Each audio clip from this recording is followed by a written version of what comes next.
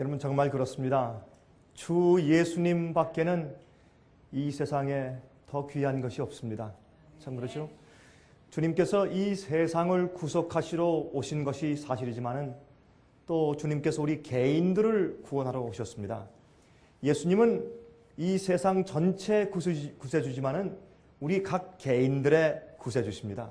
우리 개인이 주님께 나가서 구원함을 받는 영적인 경험이 없다면 주님께서 이 땅에 구세주가 되신 의미가 무엇이 있겠습니까? 또 사실 도매금의 구원은 없는 것이죠. 교회 전체가 들림받는 것은 없는 것입니다. 개인적으로 구원받고 개인적으로 들림받는 것을 우리가 알 수 있는 것입니다. 여러분, 우리가 살고 있는 이 지구를 보면 참 아름답죠. 참 파란 구슬처럼 참 아름답게 이렇게 이 허공에 걸려 있습니다. 그런데 참 놀라워요. 어쩌면 저렇게 어디 먼 데로 달아나지도 아니하고 저렇게 꼭 제자리에 자기의 모습을 지키면서 저렇게 공중에 걸려 있을까요? 참 좀 우리가 참 신비한 것을 느낄 수밖에 없습니다. 이 지구, 과연 하나님께서 이 지구를 창조하시고 우리를 그 안에 두시었습니다. 그런데 여러분, 이 지구가 이렇게 유지되는 것, 우리가 이렇게 살고 있는 것, 이거 참 기적입니다.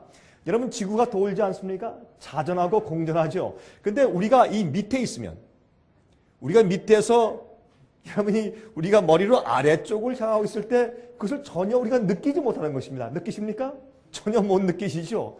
우리가 위에 있든지 옆에 있든지 얼마나 이상합니까? 이렇게 서서 사는데 전혀 느끼지 않습니다. 하나님께서 이 중력을 기가 막히게 창조하셔서 우리가 그것을 느끼지 못하고 살게 만드신 것을 우리가 알 수가 있습니다. 자, 이 수많은 별들 세계 가운데서 존재하는 지구, 하나님께서 이 지구를 창조하실 때 어떠한 목적을 가지고 창조하셨을까요? 참 아침에 해가 떠오르는 것을 우리가 보게 되고 또 저녁에 해가 지는 것을 보게 됩니다.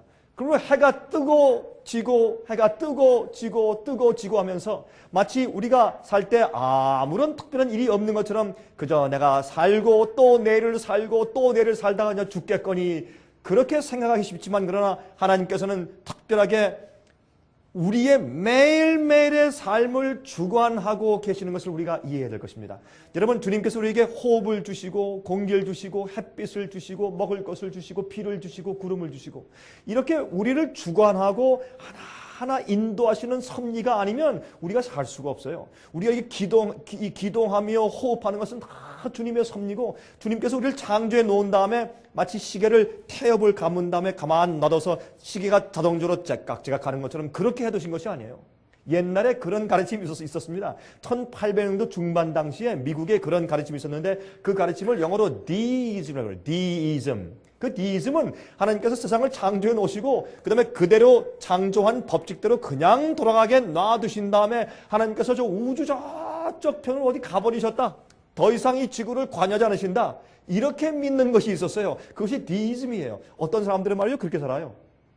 그러나 아닙니다. 하나님께서는 우리가 이 땅에 살 때 하나하나 이모저모 모든 것들을 간섭하시고 주관하시고 우리 생명을 유지시키세요.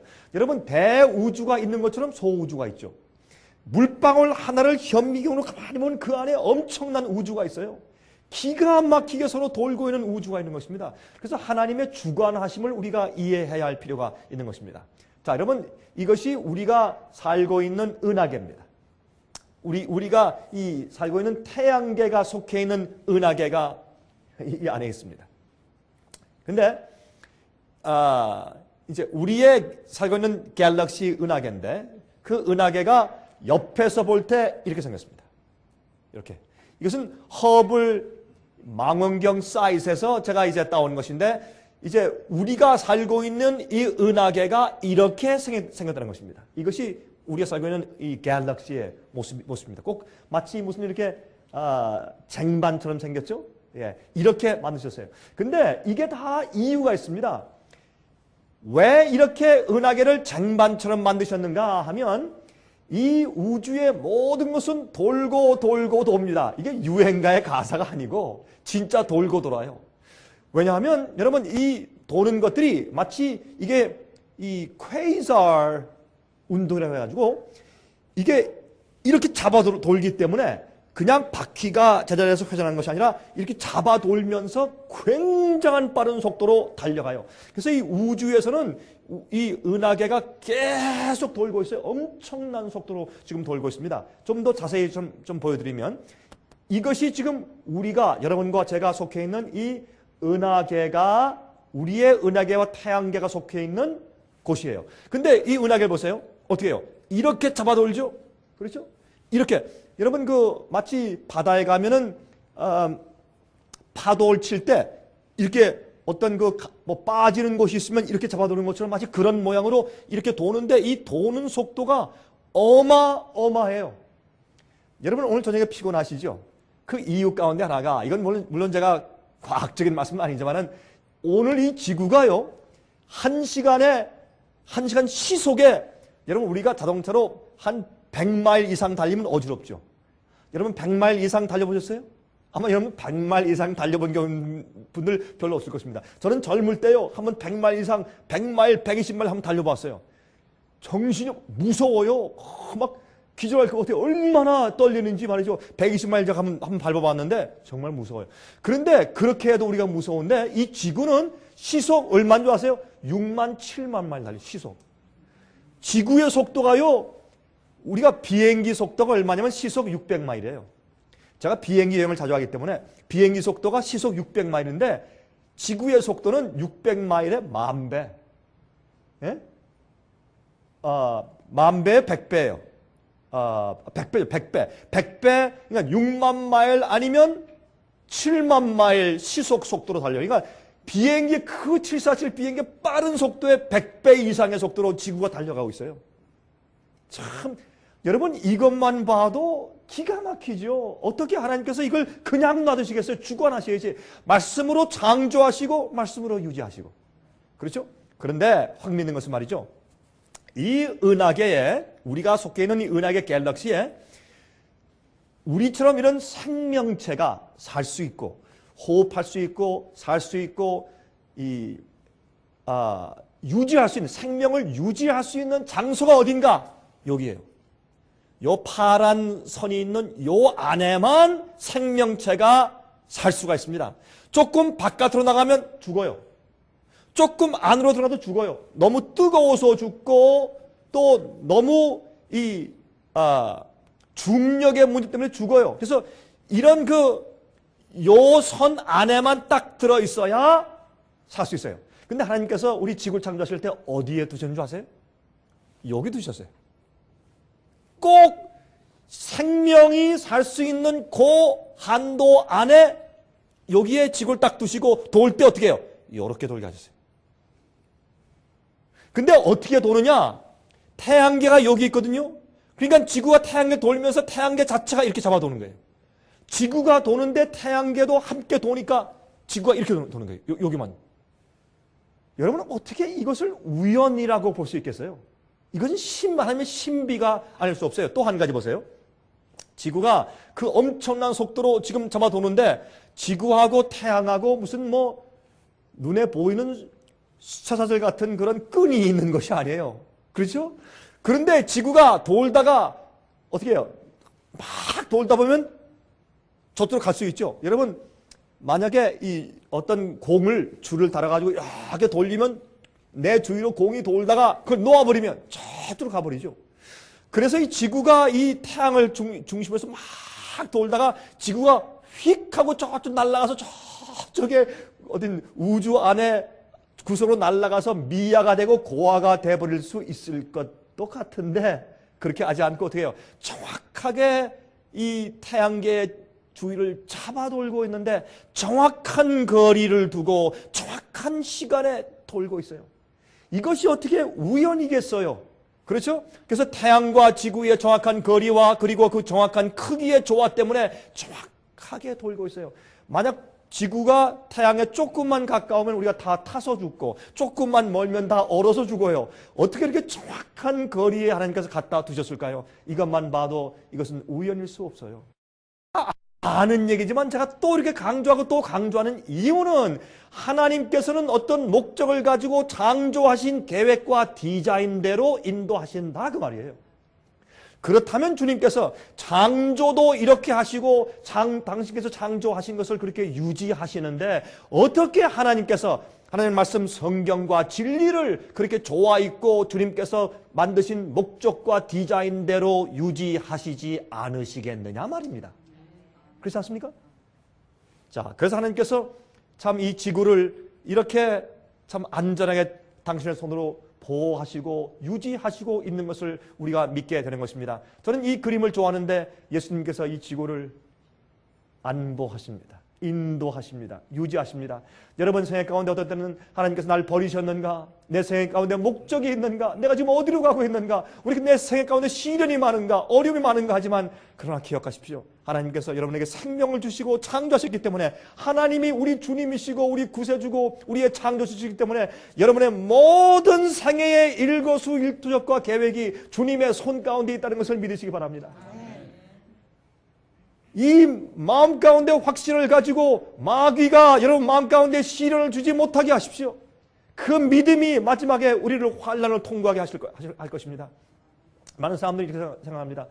이렇게 엄청난 우주를 보면서 그 우주 가운데 먼지만한 지구, 그 속에서 또 조그만 또 미국이 큰 나라지만 지구 전체에 비하면 아무것도 아니죠. 그렇죠? 이 큰 우주에서 조그만 우리가 속한 은하계, 그 은하계에서 또 조그만 태양계, 그 태양계에서 먼지만한 지구, 그 지구에서도 조그만 땅덩어리는 미국, 그 미국에서도 조그만 땅덩어리는 이 주위에 북부 버지니아와 워싱턴 DC와 그 가운데서 조그만 여기에 무슨 뭐 타이슨 스퀘어예요?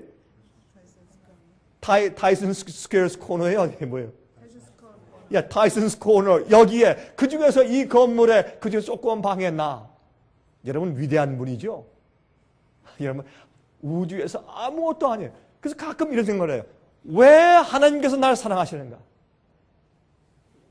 왜 날 사랑하나? 이런 거 찬송하시죠? 왜 날 사랑하나? 왜 주님 갈바리 가야 했나? 왜 날 사랑하나? 이해가 안 돼요. 그러나 우리가 한 가지 아는 것은 큰 우주를 운행하시고 조그만 풀 하나도 키우신 하나님께서 우리에게 관심이 있으시단 말이에요.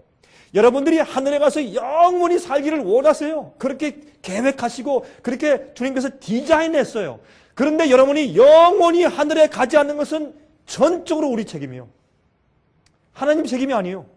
나중에 하나님께서 악인들을 불태워서 없앨 때 아무도 손을 들고 하나님 나 억울합니다 할 자가 아무도 없어요. 하나님께서 말이죠. 마지막에 심판하실 때 의인들도 하나님께 찬송하고 악인들도 마귀까지 하나님 옳습니다 하고 인정하고 다 죽을 것이에요. 하나님은 얼마나 자상하시고 위대하신 분인지 모르겠어요. 그래서 가끔 우리 마음 가운데 그런 의문이 들어오도록 마귀가 역사할지라도 여러분 주님의 사랑과 섭리를 믿으시기 바랍니다. 자, 오늘은 제가 이 여자의 나무무리 가운데서 성경대로만 믿는 교회에 대해서 좀 설명을 드리려고 합니다. 여러분 이 지구도 우리가 속한 태양계도 하나님께서 창조하신 법칙대로만 돌고 있기 때문에 존재합니다. 그렇죠? 주께서 말씀하시고 창조해 놓으신 계획과 그 뜻대로 운행하기 때문에 살아요. 만약에 지구가 주님의 뜻대로 돌지 않으면 죽어요. 주님께서 만들어 놓으신 해바라기는 주님께서 창조하신 디자인대로 자라서 햇빛을 바라봐야 살아요. 물을 빨아 올려야 살아요. 옥수수도 물을 빨아 올려야 옥수수를 맺어요. 안 그러면 죽어요.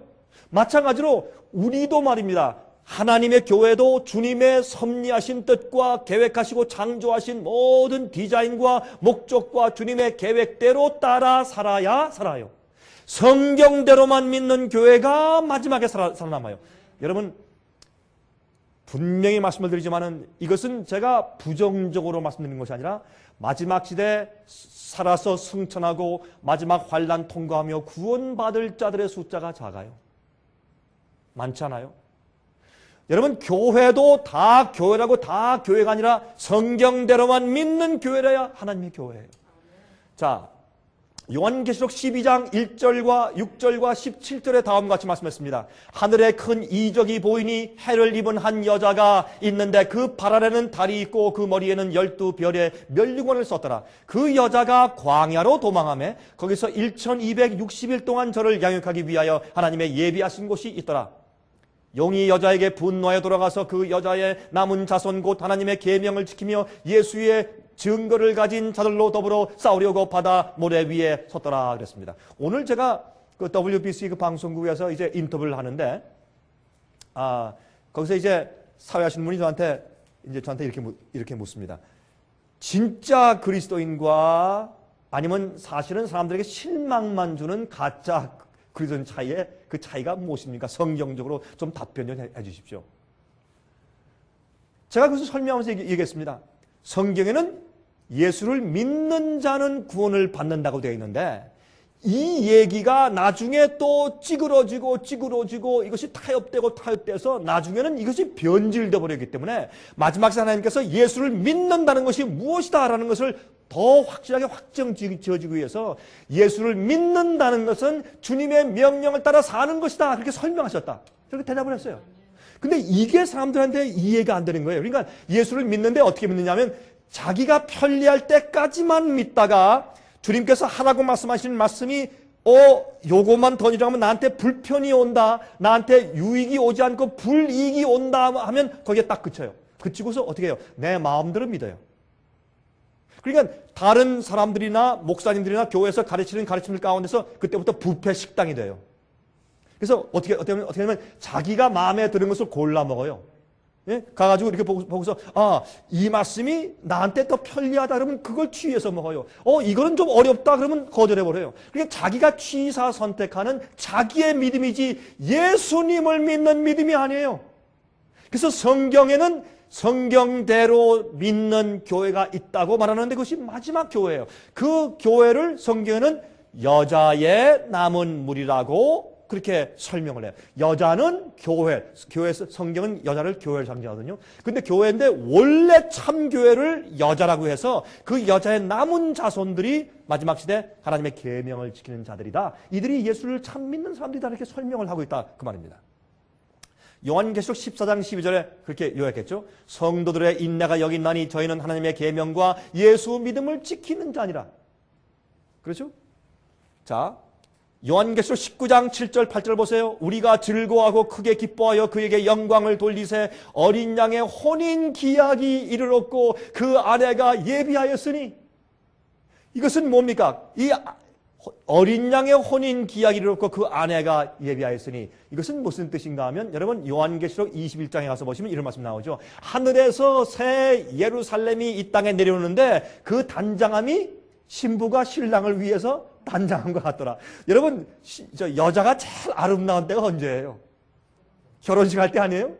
결혼식 할 때 사람 축가객들과 특별히 남편에게 가장 아름답게 그 결혼식만 지나면은 자기가 가장 아름다워질 순간을 놓치잖아요. 그러니까 결혼식 때 가장 아름답게 면사포 쓰고 가장 아름답게 해서 나오지 않습니까? 그래서 대부분 이제 신랑들이 고백하기를 내 아내가 가장 아름다웠던 순간은 언젠가 결혼식 날이었다. 그런 말을 하는 사람들이 대부분이지 않습니까?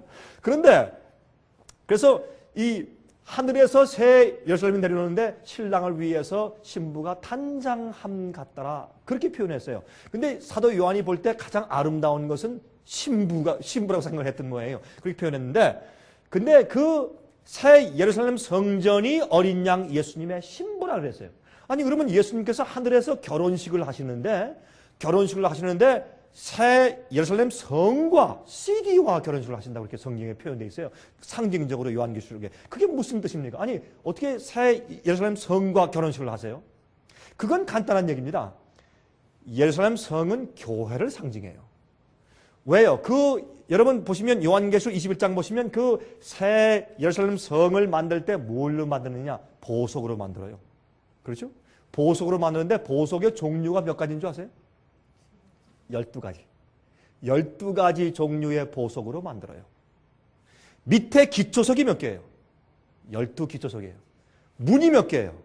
12문이에요. 그러면 문을 만든 보석은 뭐예요? 무슨 문?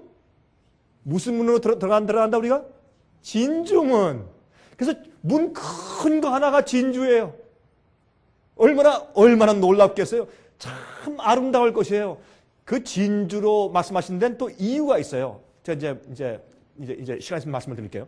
근데 이렇게 12보석으로 만든 것은 12지파, 12보석, 이거 다 같은 의미예요. 12대문, 이게 다 같은 뜻이에요. 그건 뭐냐면 이 땅에 있는 사람들의 특징, 우리가 태어난 개성이 12가지예요. 여러분 심리학자들이 옛날에나 지금은 그걸 다 동의해요. 우리 인간들에게 우리가 타고난 기질, 우리 성격은 크게 나눠서 4가지예요. 4가지인데 그 4가지 가운데서 그 한 가지에 또 3가지로 또 다 갈라지기 때문에 전체적으로 따지면 12가지의 특성과 기질을 가지고 사람들이 태어난다고 보는 것이 좋습니다. 그러므로 12보석으로 짓는다. 이게 무슨 말이냐면 여러 가지 같지 않은 모든 인간들의 특성들을 다 주님께서 사용하셔서 그 기질대로, 그 환경대로, 그 사람의 됨됨이대로 주님께서 그 각자 구원하시고 인도하셔서 그들이 구원의 찬송을 부를 수 있게 그 각자 인도하셔서 교회를 쌓으시는 거예요. 교회를 만드시는 것이에요. 여러분 그래서 베드로전서에 말씀하기를 사도 베드로가 뭐라 했어요? 너희는 산돌같이 하나님의 성전으로 지어지느냐 했어요. 우리가 산돌이요. 산돌처럼 우리가 하나씩 어떻게 가서 지금 성전으로 지어지고 있는 것이에요. 제가 어제 말씀드린 것처럼 그것이 이스라엘의 회복이에요. 근데 산돌이에요. 여러분 글씨를 쓰는데 가만히 있는 나무 조각 위에 쓰는 건 쉬워요. 근데 팔짝팔짝 뛰는 개구리 위에 글을 써보세요. 쉬워요? 아주 어려워요. 개구리 위에 글씨 쓰는 것처럼 참 힘든 게 없어요. 하나님이 얼마나 힘드시겠어요. 우리가 맨날 싫다고 막 투정하고 거절하고 그러니까 맨날 껑충으로 뛰는 우리 위에 인을 치려고 하시니 얼마나 힘드시겠어요. 예? 어린 아이가 막 버둥대고 막 보챌 때 목욕시켜 보세요. 여러분 저도 이제 아이를 둘을 키워봤지만은 여러분 어릴 때 그 아기를 갖다 첨벙거리고 안 씻겠다고 막 우는 아이를 목욕시키는 것처럼 어려운 게 없어요. 그렇지 않습니까? 그래서 사실은 너희가 산돌처럼 하나님의 집으로 성전으로 지어짐을 받는다고 설명했어요. 우리가 교회예요. 어떤 의미에서 교회인데 우리가 개인적으로 주님의 성전이지만은 그래서 저 고린도전서 3장에 말씀하기를 너희가 어떻게 해요? 너희는 성령이 거하시는 하나님의 전인 것을 너희가 알지 못하느냐? 고린도전서 10장 31절이죠. 너희는 성령의 전인 걸 모르느냐? 마찬가지로 성령이 임재하시는 우리가 함께 모여서 진리로 함께 모여서 연합할 때에 그때 그것이 뭐가 돼요? 하나님의 임재가 그 속에 있을 때 교회가 돼요. 너희 두세 사람이 모여서 내 이름으로 모일 때 그것이 교회예요. 내가 너희와 함께 할 것이라 그랬어요. 그렇죠? 그게 교회예요. 그러므로 하나님께서 그 새 예루살렘과 결혼하시고 계신데 사실 우리를 하나씩 그 보석들인 우리를 거기 하나씩 끼워 맞추고 있는 작업을 하고 계신다. 그런 뜻이에요. 요한계시록의 그 얘기는. 그런데 나중에 그 어떻게 해요? 그 어린 양의 혼인 기약이 찼고 그 아내가 예비되었어요. 드디어 신부가 준비되었어요. 드디어 교회가 순결케 되었어요. 인침받는 백성들이 다 준비가 끝났어요. 그에게 허락하사 빛나고 깨끗한 세마포를 입게 하셨은즉 이 세마포는 성도들의 옳은 행실이더라. 이 옳은 행실이란 말을 영어에는 righteousness예요. 그게 의예요. 의라고 하는 것은 뭐냐?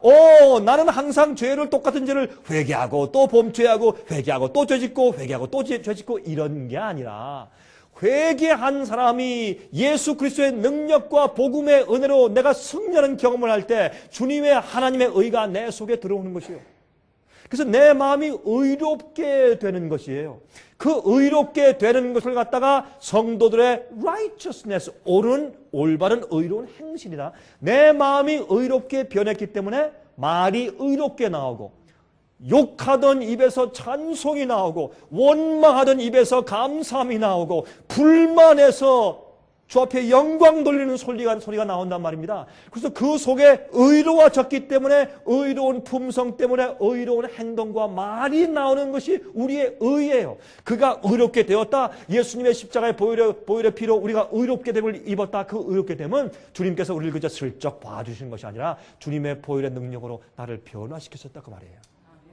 근데 이래서 그리스도의 그런 자들은 뭐 하는 자들이에요? 주님의 명령대로 진리대로 따라 나아가 사는 사람들이에요.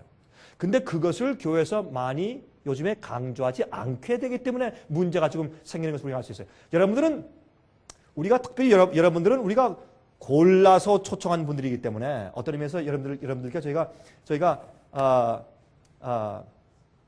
우리가 초청장을 보내는 분들은 제한되어 있는 분들이기 때문에 여러분들은 제가 지금 가르치고 또 설교하고 또 우리 책을 만든 것들에 대해서 여러분께서 쭉 보고 듣고 하신 그런 분들만 여기 와서 앉아 계시기 때문에 제가 이런 것을 더 자세하게 설명을 안 드려도 제가 무슨 뜻인지 여러분께서 다 아실 것입니다. 자, 그러면 믿음이란 무엇인가? 믿음이란 무엇인가? 히브리 10장 36절부터 39절까지 보십시다. 자, 교회는 하나님의 교회가 그러면 누가 교회냐? 누가 하나님의 교회냐? 하나님의 교회는 하나님의 말씀대로 사는 것이 교회다. 제가 그 말씀을 좀 드렸습니다. 자, 그러면 예수를 믿는 믿음이 무엇이냐? 하나님의 말씀과 명령대로 따라 사는 것이 믿음이다. 그것이 예수를 믿는 것이다. 라는 것이 성경의 가르침이에요. 근데 이것을 어떻게 해요? 약간 흐리멍텅하고 쉽게 풀어버리면 요 문제에 대해서 조금이라도 잘못해버리면 왜 잘못하는지 아세요? 여러분 저도 목사 아닙니까? 여러분 교회에서 초청받아서 설교할 때든지 아니면 이런 세미나에서 할 때 제가 뭐 다른 데서 할 때나 어느 뭐 도시에서 할 때나 한국에서 할 때나 어디 가서 할 때나 이렇게 이제 말씀을 전하다가 이렇게 볼 때 오 저기 누구 장로가 왔네. 오 저기 무슨 집사님이 왔네. 근데 저분은 우리한테 한 10,000불씩 헌금하는 분인데 내가 저 사람 비유를 건드릴 말을 한마디 했다가는 뭐가 끊겨요? 헌금이 끊겨버리잖아요. 그러면 말을 못해요. 이거 사실이요. 그래서 사람을 보기 시작하고 또 이거는 이 사람들이 우리 교회에 있는 사람들 가운데 지금 생애 가운데 지금 문제가 있어요. 이것을 성경대로 얘기하고 회개케 하고 눈물 흘리고 자복하게 하고 다시는 그런 죄를 짓지 못하게 하고 그렇게 하는 것은 예수를 믿는 것이 아니요 라고 가르쳐줘야 돼. 뭘로? 사랑으로 가르쳐줘야 돼요. 그런데 그것을 못해요. 왜? 교회 크게 성장시켜야 되니까. 50명 교회가 곧 100명이 돼야 되고 300명이 돼야 되고 500명, 1000명이 돼야 될 텐데 어떻게 그 말을 해요? 그 말을 못하는 것이에요. 그러므로 복음과 진리와 가르침과 믿음에 대한 얘기가 자꾸 타협되기 시작하는 것이에요. 그래서 교회가 어떻게 해요? 하나님의 말씀대로 믿고 믿음대로 성경대로 따라 사는 교회보다는 세상에서 출세하고 인정만 받는 교회가 되기로 작정을 해서 운영하기 때문에 진리와 말씀이 타협되어 버린다고 말입니다. 그래서 우리가 지금 무엇을 하고 있어요? 여러분 지금 우리가 계속 이제 보내드린 말씀들이나 또한 보내드린 그런 테이프 통해서 계속 말씀을 들어온 것을 제가 지금 집약해서 말씀드리는 것 뿐입니다. 그렇죠? 만약에 여러분들이 저희와 이런 관계를 통해서 계속 이제 제를 받지 않으신 분들 같으면 제가 아주 기초부터 말씀드리지만 여러분들은 제가 이렇게만 얘기해도 이해하시죠? 그것이 무슨 뜻인지. 자, 이제 보십시다. 그러면 성경에서 믿음이라는 것은 무엇을 말하는 것이냐? 무엇이 믿음이냐 말이에요. 보세요. 히브리 10장 36절부터 39절까지 말씀하기를 너에게 인내가 필요하면 너희가 하나님의 뜻을 행한 후에 약속을 받기 위함이라. 여러분 보세요. 이 믿음에 대해서 말씀하기를 너에게 인내가 필요하면 믿음에도 인내가 필요해요? 인내가 필요해요. 믿음은요, 무엇을 이해하고 동의하는 개념이 아니에요. 저기에, 저분이 내 어머니다. 그게 믿음이 아니에요. 그 어머님이 나를 낳아주셨고, 그 날 낳아주신 그 어머님이 나한테 이렇게 명하신다. 알겠습니다, 어머니. 그게 믿음이란 말이에요. 저분이 내 아버지시다. 저분이 내 스승이다라고 인정하는 개념이 믿음이 아니라 그 선생님이 가르치시고 말씀하신 대로 따라 사는 것이 믿음이란 말이에요. 성경은 믿음을 그렇게 설명해요. 잠깐 후면 오실리가 오시리니 지체하지 아니하시리라. 오직 나의 의인은 믿음으로 말미암아 살리라. 또한 뒤로 물러가면 내 마음이 저를 기뻐하지 아니하리라 하셨느니라. 우리는 뒤로 물러가 침륜에 빠질 자가 아니요 오직 영혼을 구원함에 이르는 믿음을 가진 자니라. 영혼을 구원함에 이르는 믿음이에요. 그러니까 믿음에도 이게 보니까 종류가 있죠. 영혼을 구원하는 믿음이에요. 어떤 사람들은 어떤 믿음은 자기 영혼을 구원하지를 못해요. 이거 문제가 있습니다. 그렇죠? 하박국 2장 2절부터 살펴보십시오. 자, 그러면 여기에 있는 이 사도 바울이 말할 때 의인은 믿음으로 말미암아 산다 하는 그 말씀을 사도 바울이 구약 성경에서 가져다가 빌려다가 말씀을 하셨어요. 자기가 한 말이 아니에요. 그러면 신약 성경에는 대부분 구약에 있는 말씀들 빌려다 하셨어요. 예수께서 하신 말씀 가운데도 구약 성경에 있는 말씀을 빌려 하신 말씀들이 많아요. 자, 그러므로 그 말을 의인은 믿음으로 산다 라고 하는 그 말씀을 사도 바울이 어디서 빌려왔느냐? 하박국 2장 2절부터 4절까지 해서 빌려왔단 말이에요. 이 믿음으로 우리 그리스도인은 믿음으로 산다는 그 믿음으로 산다는 뜻이 무슨 뜻인지에 대해서 많은 사람들이 혼돈하고 있어요. 여호와께서 내게 대답하여 말씀하시되 너는 이 묵시를 기록하여 판에 명백히 새기되 달려가면서도 읽을 수 있게 하라. 이 묵시는 정한 때가 있나니 그 종말이 속히 이르겠고 결코 거짓되지 아니하리라. 비록 더딜지라도 기다리라. 지체되지 않고 정령 응할 것이라. 그러므로 보세요. 그러므로 보라 그의 마음은 이 악인들이 형통하는 악인들을 두고 하는 얘기예요. 어떤 때는 보면 말이죠. 악한 사람들이요 더 잘 될 때가 있어요. 그래요? 세상에서. 악한 사람들이요 비즈니스 더 잘하고 돈 더 잘 벌고 더 얼굴에 기름을 흐르고 더 건강하고 더 오래 살고. 여러분 미국의 배우 가운데 지금 나이가 그분이 지금 죽었는지 모르겠어요. 90세 이상 된 사람인데 항상 키도 작은 분이 항상 큰 C가 담배를 다 물면서 항상 담배 피우면서 나오는 사람이 있어요. 예? 그 조지 번스라고 그러죠. 아마 이름이 그렇죠. 근데 그거 본 사람들이 저거 봐라. 저렇게 담배를 90평생을 피워도 안 죽잖아. 이렇게 사람들이 말을 하는 핑계를 대는 그런 사람이 하나 있죠. 마찬가지로 아무리 그렇게 사는 사람도 정말 경건한 사람보다 더 건강하게 사는 것처럼 보일 때가 있어요. 어떤 때 그러니까 어떻게 의인들이요. 불만이 생겨. 하나님 이게 뭡니까? 난 주님의 뜻대로 사는데 난 더 어렵고 이게 왜 이렇습니까? 저렇게 사기치고 저런 사람들은 더 부자가 되는데 난 맨날 가난하고 이런 마음이 있어요. 그래서 우리가 하나님의 섭리와 뜻대로 살면서 주님께 모든 걸 맡기고 만족하게 살아야 돼요. 욥의 인내를 배워야 돼요. 욥의 인내를. 그렇죠? 자, 우리가 사는 것은 하나님은요. 이해를 하면 사람들이 잘 이해가 안 되죠. 여러분들은 이제 우리의 월가지를 많이 읽던 분들이니까 이해가 되시죠. 하나님은요. 우리 솔직히 하십시다. 하나님은요. 여러분과 제가 이 세상에서 잘 먹고 잘 살고 부자 되고 아름다워지고 미스 코리아 되고 큰 100만 불짜리 집을 짓고 비즈니스 잘 사고 벤츠가 3대나 있고 그런 데는 관심이 없으세요. 하나님은. 그러므로 내가 주님 잘 믿으면 아이들 잘 되고 좋은 학교 가고 건강하고 비즈니스 잘 되고 뭐 잘 되고 축복받습니다. 그리고 영생도 받습니다. 이건 잘못된 가르침이에요. 그런 것이 잘못됐다고 알려지기 위해서 욥기서가 성경에 기록되어 있는데 성경에서 제일 먼저 기록된 책이 욥기서예요. 창세기보다 먼저 기록됐어요. 그래서 그건 뭐냐면 내가 어떻게 해요? 여러분 하박국서에 뒤에 가면 그런 말씀이죠.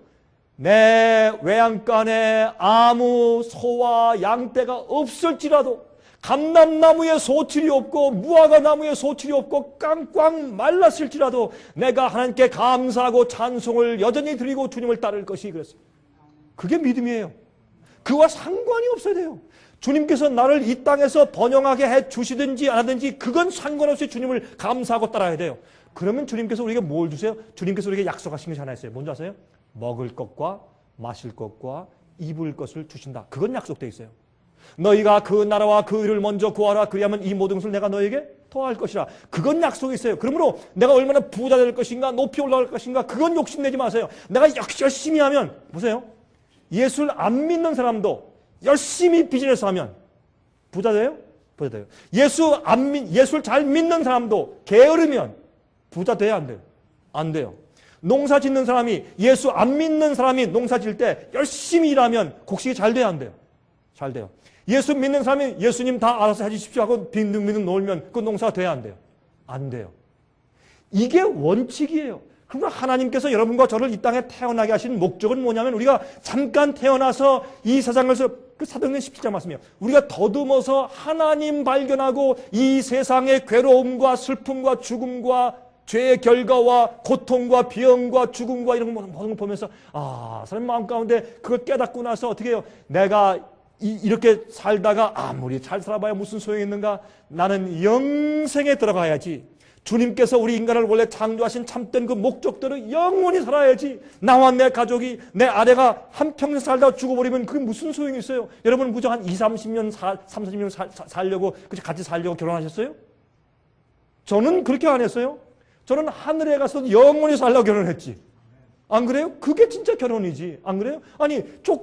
아니 여러분은 자식들을 낳았어요? 자식하고 그저 한 10몇 년, 20년, 30년 살다가 그저 헤어지면 그게 뭐예요? 그건 어떤 의미에서 자기 자식이 아니지. 영원히 주 앞에 가서 주여 여기 내 자식이 있습니다. 영원히 살아야 그게 자식이죠. 안 그렇습니까? 그러므로 우리가 이 땅에 태어난 것은 주님께서 이 땅에 태어나서 사람이 범죄했기 때문에 그 결과로 죽게 되었으니까 주님께서 아담과 해와를 싹 그때 죽여버리지 않고 살리신 이유는 아담과 해와가 그때 죽여버리면은 그 이후에 태어날 수십억의 인간들이 태어날 기회를 얻지 못할 것이기 때문에 주님께서 범죄했지만 하나님께서 내가 대신 그 죄의 값을 갚고 죽어줄게. 그러니 너에게 한 번 다시 살 수 있는 기회를 모든 너와 너희 후손에게 한 번씩 줄게 라고 하신 것이 예수님의 십자가와 구속이요. 그럼 우리가 그 은혜를 통해서 우리가 한 번씩 다 태어나는데 이 태어난 삶 가운데서 우리가 뭘 발견해요? 하나님과 진리를 발견해서 영생을 얻기 위한 믿음을 발견하고 죽으면 되는 거예요. 그거 이외엔 이 세상에 사는 목적이 여러분 전혀 없어요. 사람들은 이 세상의 삶에 대해서 바둥바둥하기 때문에 사람들이 그렇게 고생하는 거예요. 그럴 필요 없어요. 수고하고 무거운 짐진 자들아 다 내게로 오라. 내가 너희를 편히 쉬게 하리라. 예수님은 이 땅에서 참 평안하신 분이었어요. 그러나 예수님처럼 고통이 많고 시련이 많고 핍박이 많고 슬픔이 많은 분이 없었어요. 그러나 예수님은 모든 것을 하나님 아버지께 다 맡기시고 항상 평안하셨어요. 갈릴리 바다에서 폭풍 부는 날 제자들이 막 죽으려고 주님 어디 갔습니까? 할 때 예수님은 배 밑에서 조용히 주무셨어요. 그게 평안이에요. 우리 생애와 환경 가운데 어려움이 없어서 평안이 아니에요. 우리가 부자기 때문에 평안한 게 아니에요. 우리가 모든 게 형통되고 하고 잘 돼서 평안한 게 아니라 하나님께 모든 것을 맡기고 주님의 말씀대로 살기 때문에 평안이 있는 것이에요. 자, 그러면 여러분 그러므로 여기에 악인들을 볼 때 마음이 교만하며 그의 속에서 정직하지 못하니라. 그런데도 그들이 잘 돼요. 잘 되기 때문에 그래서 불평하지 말고 그러나 의인은 그 믿음으로 말미암아 살리라.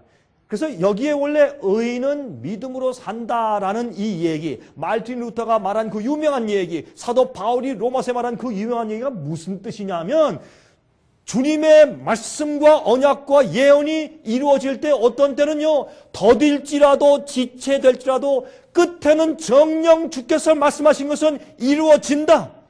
그러므로 믿고 참고 견디고 기다리라. 그게 뭐예요? 의인은 믿음으로 말만 산다는 뜻이에요.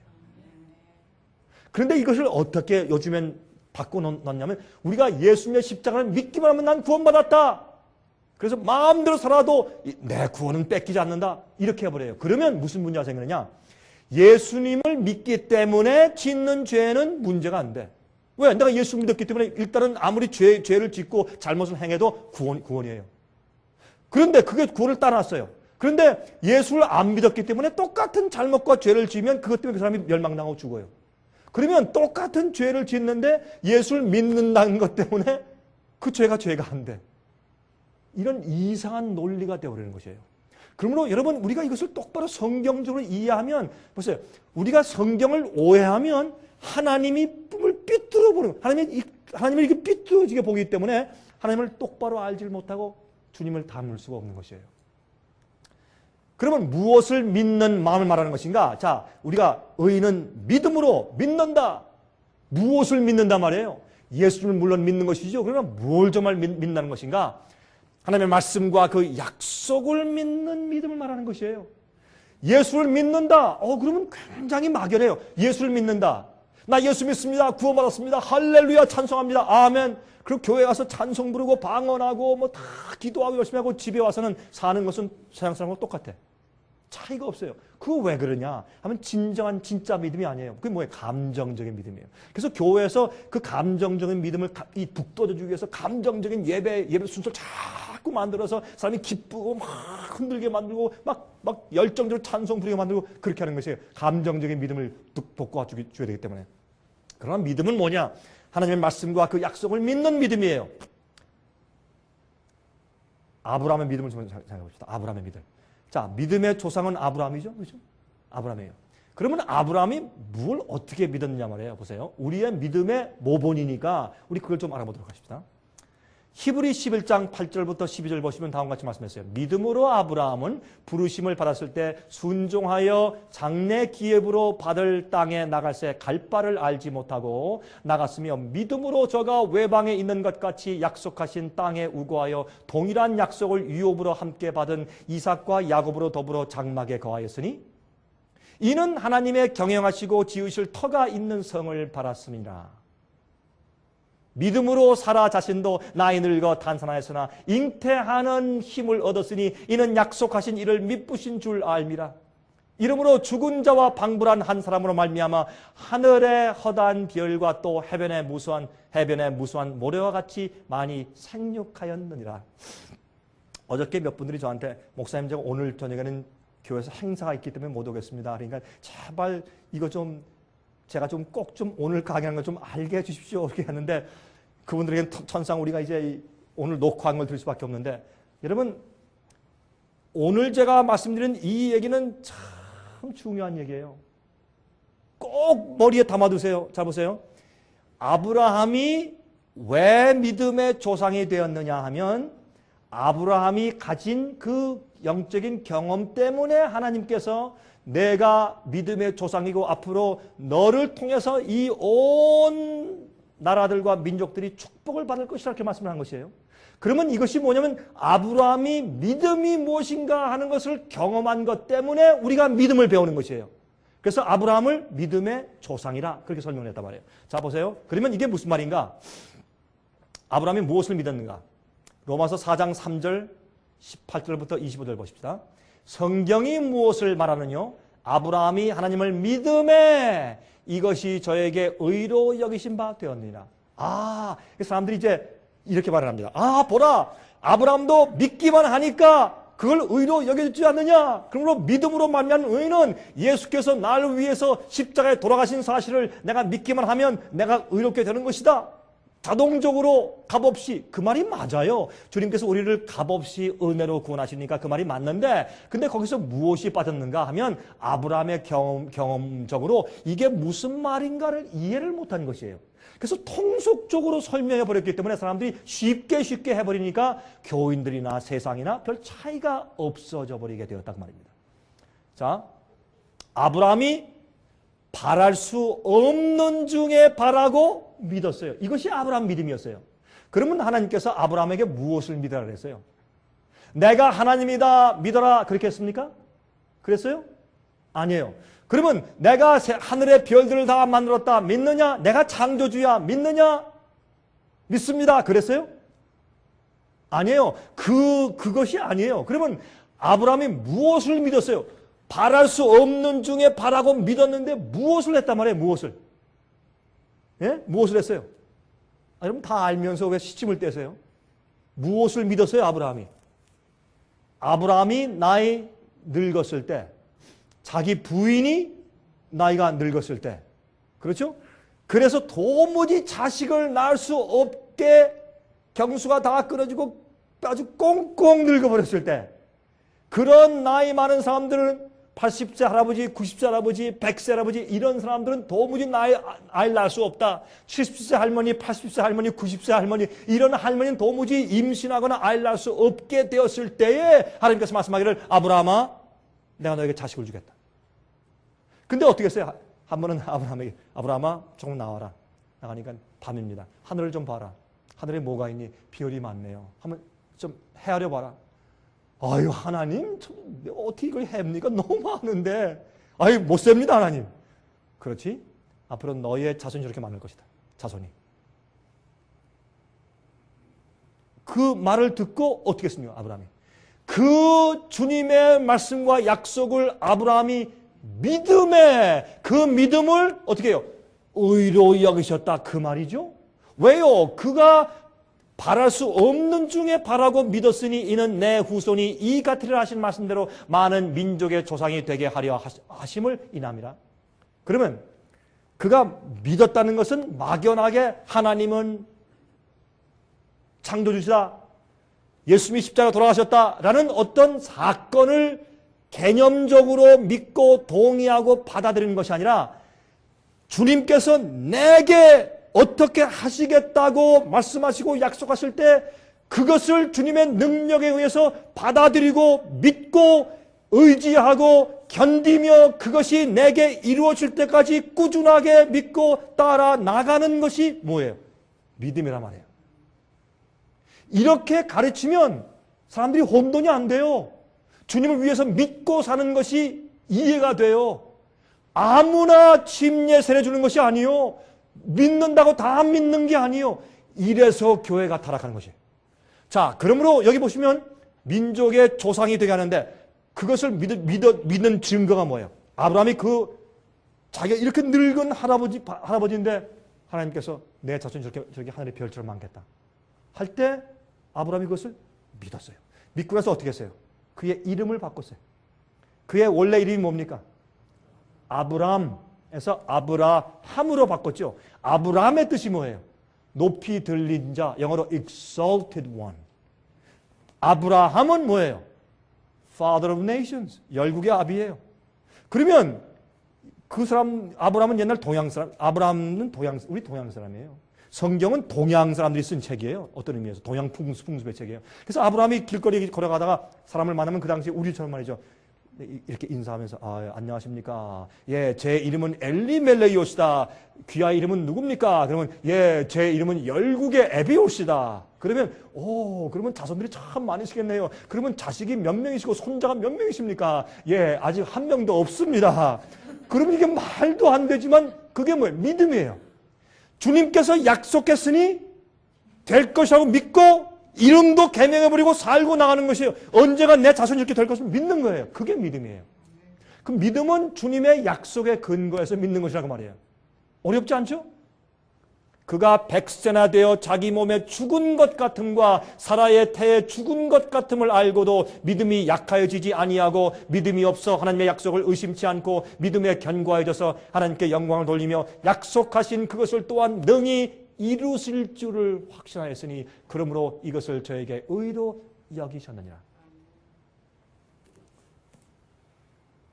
저는요, 요한일서 3장에 의해서 우리는 예수 그리스도의 보혈의 은혜로 씻고 용서받고 성령의 은혜와 도와주심을 통해서 우리는 마귀의 모든 공격과 내 속에 있는 죄의 본성의 유혹과 밖에서 오는 모든 죄의 유혹들을 승리할 수 있는 그리스도인이 될 수 있다고 저는 믿습니다. 부분적이 아니라 모든 것을 승리할 수 있다고 저는 믿습니다. 이 승리를 얘기할 때 뭐만 얘기해요? 병을 이길 수 있습니다. 여러분들 낙제하는 거 이길 수 있고 합격할 수 있습니다. 여러분 약한 거 이길 수 있습니다. 여러분 뭐 사업 망했습니까? 여러분도 이길 수 있습니다. 그렇게만 강조해. 그거 말고 그것들은 쉬운 거예요. 돈 버는 거 얘기하니까 목사님 안 해봤으니까 몰라서 그러시죠. 근데 뭐 그럴 수도 있어요. 그러나 돈 버는 게 어려워요. 예? 뭐 멋진 차 타고 다니고 100만 불, 200만 불짜리 집을 사서 하는 거 그거 뭐 어려워요. 그건 뭐 크레딧만 좋아가지고 뭐 은행에서 빌리면 사는 거 아니에요. 또 미국에서는. 그게 어려운 게 아니라 뭐가 어렵냐면 자기가 과거에 가지고 있던 옛사람, 죄에 찌들어진 그 성격, 그 죄의 습관, 그 유혹, 그 충동들 그거를 이기는 거 그게 어려운 거죠. 그래서 어떻게 해요? 성을 빼앗는 용사보다 자기를 쳐서 이기는 자가 더 용사보다 낫다 그랬어요. 여러분 어떻게 해요? 사람을 그렇게 많이 쳐서 죽이고 승리하고 이긴 장군이 어떻게 해요? 술 마시는데 부적자다가 죽어버리잖아요. 알렉산더 대왕 세계를 정복하고 돌아오다가 술을 많이 마시다가 객지에서 죽어버렸어요. 30살 때. 30살 때. 그러니까 어떻게 그 장군들이 뭐라 했어요? 왕이시여, 이 전체를 이렇게 다 점령해놓고 이 세계 점령한 것을 누가 가지란 말입니까? 죽으면서 어디 갔어요? 강한 자가 가죠. 그리고 죽었습니다. 유명한 얘기죠. 그러므로 그렇게 크게 용사가 해봐야 뭐예요? 자기 하나 다스리지 못하고 죽어버렸는데. 그래서 진짜 이기는 것은 자기를 이겨야 돼요. 마귀와 죄와 세상을 이겨야 돼요. 그렇죠? 그러므로 주님께서 그것을 이루실지를 확신했어요. 왜? 주님은 창조주이기 때문에. 무에서 유를 만드시고 죽음에서 부활시키는 분이기 때문에 그걸 믿었어요. 아브라함만 그런데 저에게 의로 여기셨다는 기록된 것은 이게 믿는다는 얘기인데, 이 기록된 것은 아브라함만 위한 것이 아니요 의로 여기심을 받을 우리도 위함이니, 우리를 위해서 기록된 것이에요. 곧 예수 우리 주를 죽은 자 가운데서 살리신 이를 믿는 자니라. 예수는 우리 범죄함을 위하여 내어 줌이 되고 또한 우리를 의롭다 하심을 위하여 살아나셨느니라. 그러면 우리가 침례 받을 때 어떤 분들은 세례 받는다고 하죠. 그래서 성경적으로는 침례예요. 물에 잠그는 것이에요. 세례 이렇게 물에 뿌리는 것은 그것은 약식으로 급할 때 그렇게 한 것이지 그건 성경적이 아니에요. 그럼 물에 잠궈야 돼. 그럼 사람은 물에 잠글 때 그런 우리 죄가 예수님과 함께 십자가 못 박혀 죽어서 무덤에 장사된다는 뜻이에요. 그게 또 일어날 때 예수님과 함께 부활하는 것이에요. 내 옛사람은 무덤에 죽고 일어날 때 주님과 함께 다시 부활하면 이제 주님을 위해 살고 새로운 삶을 사는 것이에요. 자, 그러므로 우리가 어떻게 해요? 주님과 함께 의롭다 하심으로 주님과 함께 부활하고 살아나요. 이것이 믿음으로 말미암아서 의롭게 되는 경험이라고 설명했어요. 그래서 능치 못한 일이 없어요. 주님 안에서 나와 죄의 모든 힘을 승리하는 것이 믿음으로 의롭게 되는 것이라고 설명하는 것입니다. 제가 아까 설명드렸지만 의롭다고 하는 것은 의롭게 행하는 것을 의롭다고 하는 것이지 의를 그저 받아 쓰고 있는 것이 아니에요. 여러분들이요, 한 번은 말이죠. 제가 이제 옷을 벗고 있는데 누가 갑자기 찾아왔어요. 다른 거 입을 사이도 없이 얼른 제가 벗은 몸으로 양복을 다 입고 그리고 깨끗하게 하고 그 위에 또 이제 저 다른 걸 두르고 이렇게 제가 손님을 맞아서 대화한 적이 있어요. 그런데 그거는 살짝 덮은 거죠. 그렇죠?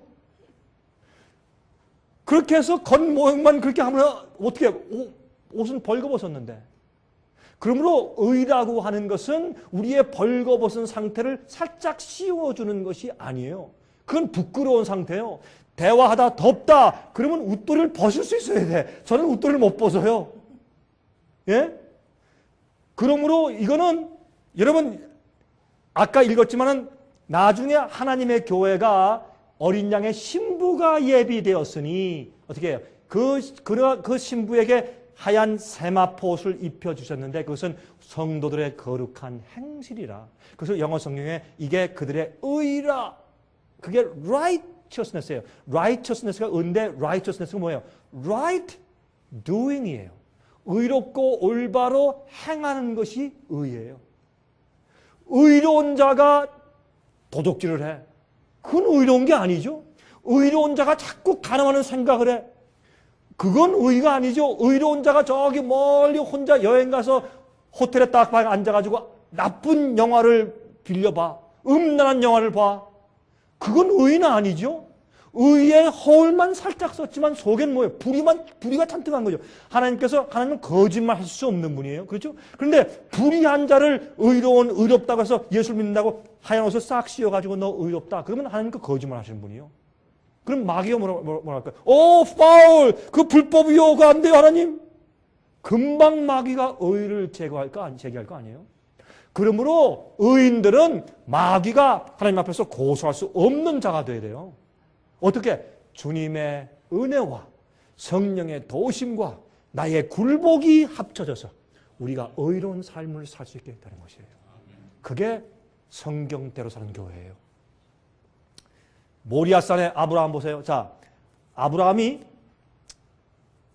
그렇게 살다가 하나님의 약속을 받은 지 10년 지났어요. 15년 지났어요. 17년 지났어요. 18년, 19년. 자식이 나와야지.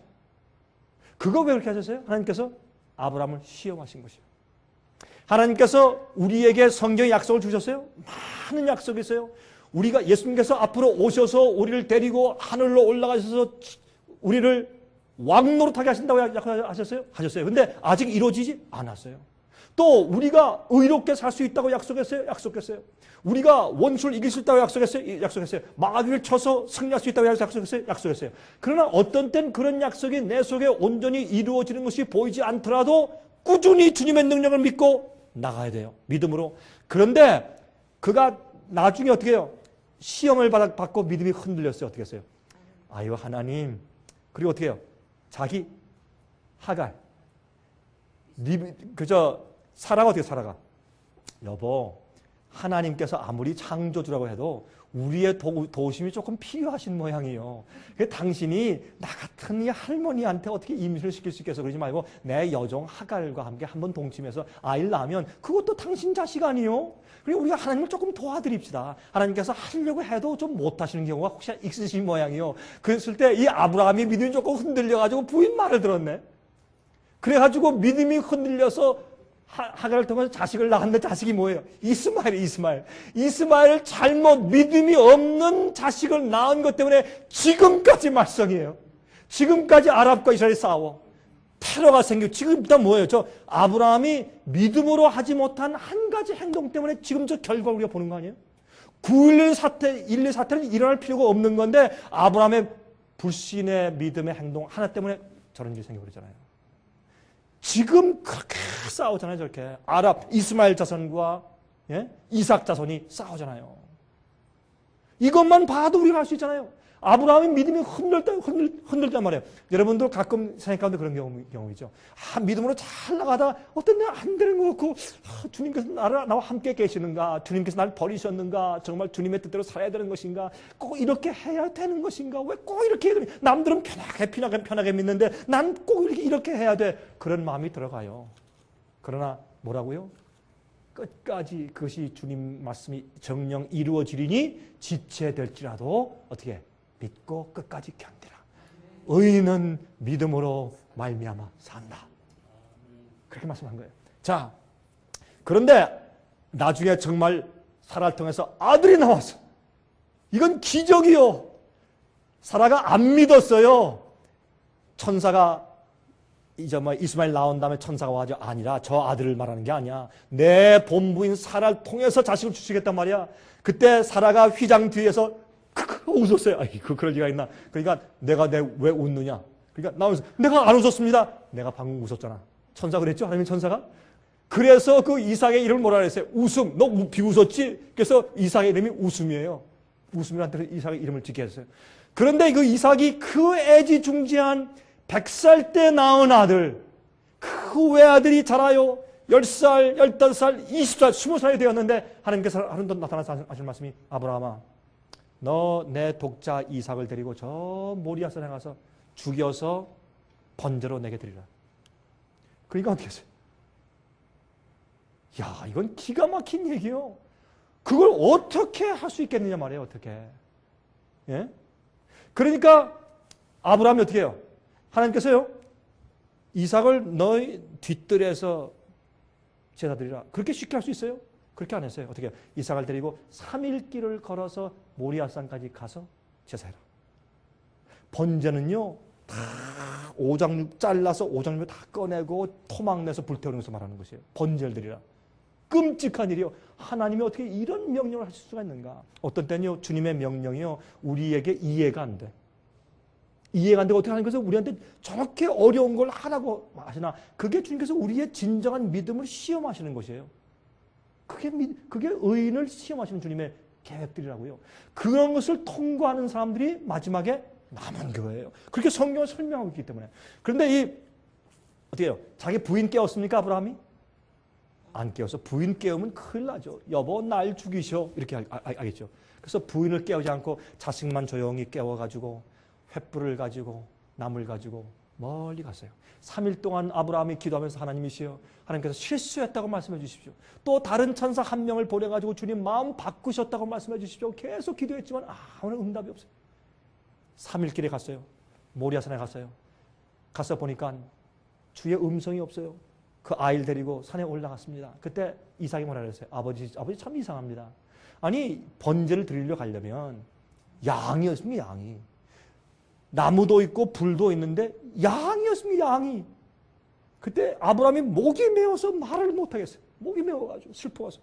그래서 눈물을 삼킨 다음에 아들아 야훼 이래 여호와께서 준비하신다. 여호와께서 준비하신다. 그렇게 말씀했어요. 그리고 이제 올라가는데 자식이 그 이삭이 3번 질문했죠. 3번 여호와께서 준비하실 것이다. 나중에 산에 올라간 다음에 아브라함이 자식의 손을 붙잡고 뭐라 그랬습니까? 이삭아 사실 하나님께서 너를 죽여서 번제로 삼으라고 그렇게 말씀하셨다. 그때 이삭이 뭐라 그랬어요? 아버지 이제는 완전히 치매에 걸리셨네. 치매, 알츠하이머 디지즈. 치매에 걸려서 약간 가셨네 이제. 그리고 아버지께 한 방 먹이고 도망가면 될 거 아니에요. 20세 대 120세 할아버지니까. 이건 말도 안 되잖아요. 그런데 어떻게 성경을 안 했어요? 이삭이 자원하는 심정으로 아버지 날 묶으세요 하고 자기가 자원해서 번제단 위에 올라가 들어 누웠어요. 그래서 이삭은 누굴 상징해? 예수님을 상징해요. 이 땅에 오셔서 자원해서 번제물로 우리를 대신해서 십자가에 가서 누우신 예수님을 상징하는 것이에요. 그게 이삭이. 그래서 하나님께서 아브라함의 마음의 고통을 통해서 아들 예수를 이 땅에 허락하신 하나님 아버지 여호와의 심정을 조금이라도 이해할 수 있도록 하기 위해서 그 시련을 허락하셨고 또 이렇게 하신 이유는 우리가 배우라고. 이것이 헌신이고 이것이 믿음이야. 너무너무 이해 안 되고 논리에 맞지 않게 자식을 갖다가 번제로 바치라는 그런 명령을 들을지라도 하나님께서 말씀했으니 하겠습니다 하는 믿음으로 따라나가는 의의 생활, 그걸 설명해 주신 것이에요. 이게 의요. 그런데 어떻게 해요? 아브라함이 쇼했습니까? 이삭아 나 너 죽이는 채 할게. 내가 근데 어떻게 널 죽이니? 죽인 척 할 테니까 가만히 있어 놨지? 하나님께서 다 알아서 하실 거야. 그렇게 했어요? 안 했어요. 쇼를 안 했어요. 진짜 믿음으로 그는 자식이 죽어도 주님께서 부활시킬 걸로 믿었어요. 그리고 어떻게 알아요? 그가 밑에 종들을 나눌 때 어떻게 했어요? 내가 내 아들과 함께 저 산에 올라가서 번제를 드리고 우리가 다시 올 것이다. 그렇게 말을 했어요. 그건 아브라함의 믿음이에요. 내가 죽여도 하나님께서 부활시킬 거다. 그런 믿음으로 한 거예요. 그래서 어떻게 해요? 진짜 칼을 들고 목을 향해서 치려고 하니까 하나님께서 아브라함아. 됐다. 알았다 이제. 그렇게 했어요. 하나님께서 우리를 시험하시는데 어디까지 시험하시는 줄 아세요? 아이고 주님께서 이거 더 이상 안 해주실 것이구나. 알았습니다 주님. 그렇게 하겠습니다. 하고 그냥 뛰어들어 하려고 할 때까지 우리를 시험하세요. 주님께서 우리를 시험하실 때 고린도전서 10장 이런 말씀 있죠. 우리가 감당할 만한 시험만 주신다. 여러분 생애 가운데 시험들이 있어요? 여러분들 시련과 시험들이 없는 분 한번 손 들어보세요. 한 분도 안 계시죠? 저는요 다니면서요 별 사람 다 만나봤어요. 백인, 흑인, 동양인, 에스키모인, 남미 사람들, 흑인도 아니고 백인도 아니고 중간 사람들, 별 사람도 다 만나봤어요. 그런데 제가 물으면서 이런 집회 때 물으면서 자기 생애 가운데 자기가 져야 할 시련과 십자가가 없는 사람이 이 지구상에 한 명도 없더라고요. 다 자기가 져야 할 십자가와 고통이 다 있어. 근데 그럴 때 우리가 무엇을 이해하냐면 내가 죽어도 주님의 뜻대로 하겠습니다 할 때 내가 시험을 통과하는 거예요. 이때 말이죠. 정말 아들을 드리려고 칼을 들었을 때 이 아들은 보통 아들이 아니에요. 칼을 들었을 때 하니까 알았다. 그때 이 아버지와 아들이 기뻐서 이렇게 호봉하고 있는데 그때 이제 소리가 들려. 매. 그래서 고개를 들어서 보니까 저기에 가시덤불에 수양이 뿔이 걸려 있어. 그 수양을 끌고 와서 눈물 흘리며 번제를 드리고 같이 하나님께 예배를 드렸어요. 그런데 재밌는 것은 말이죠. 솔로몬이 성전을 지을 때, 예루살렘 성전을 지을 때 어디에 지었는가? 모리아 산 위에 지었다 그랬어요. 모리아 산 위에 지었다.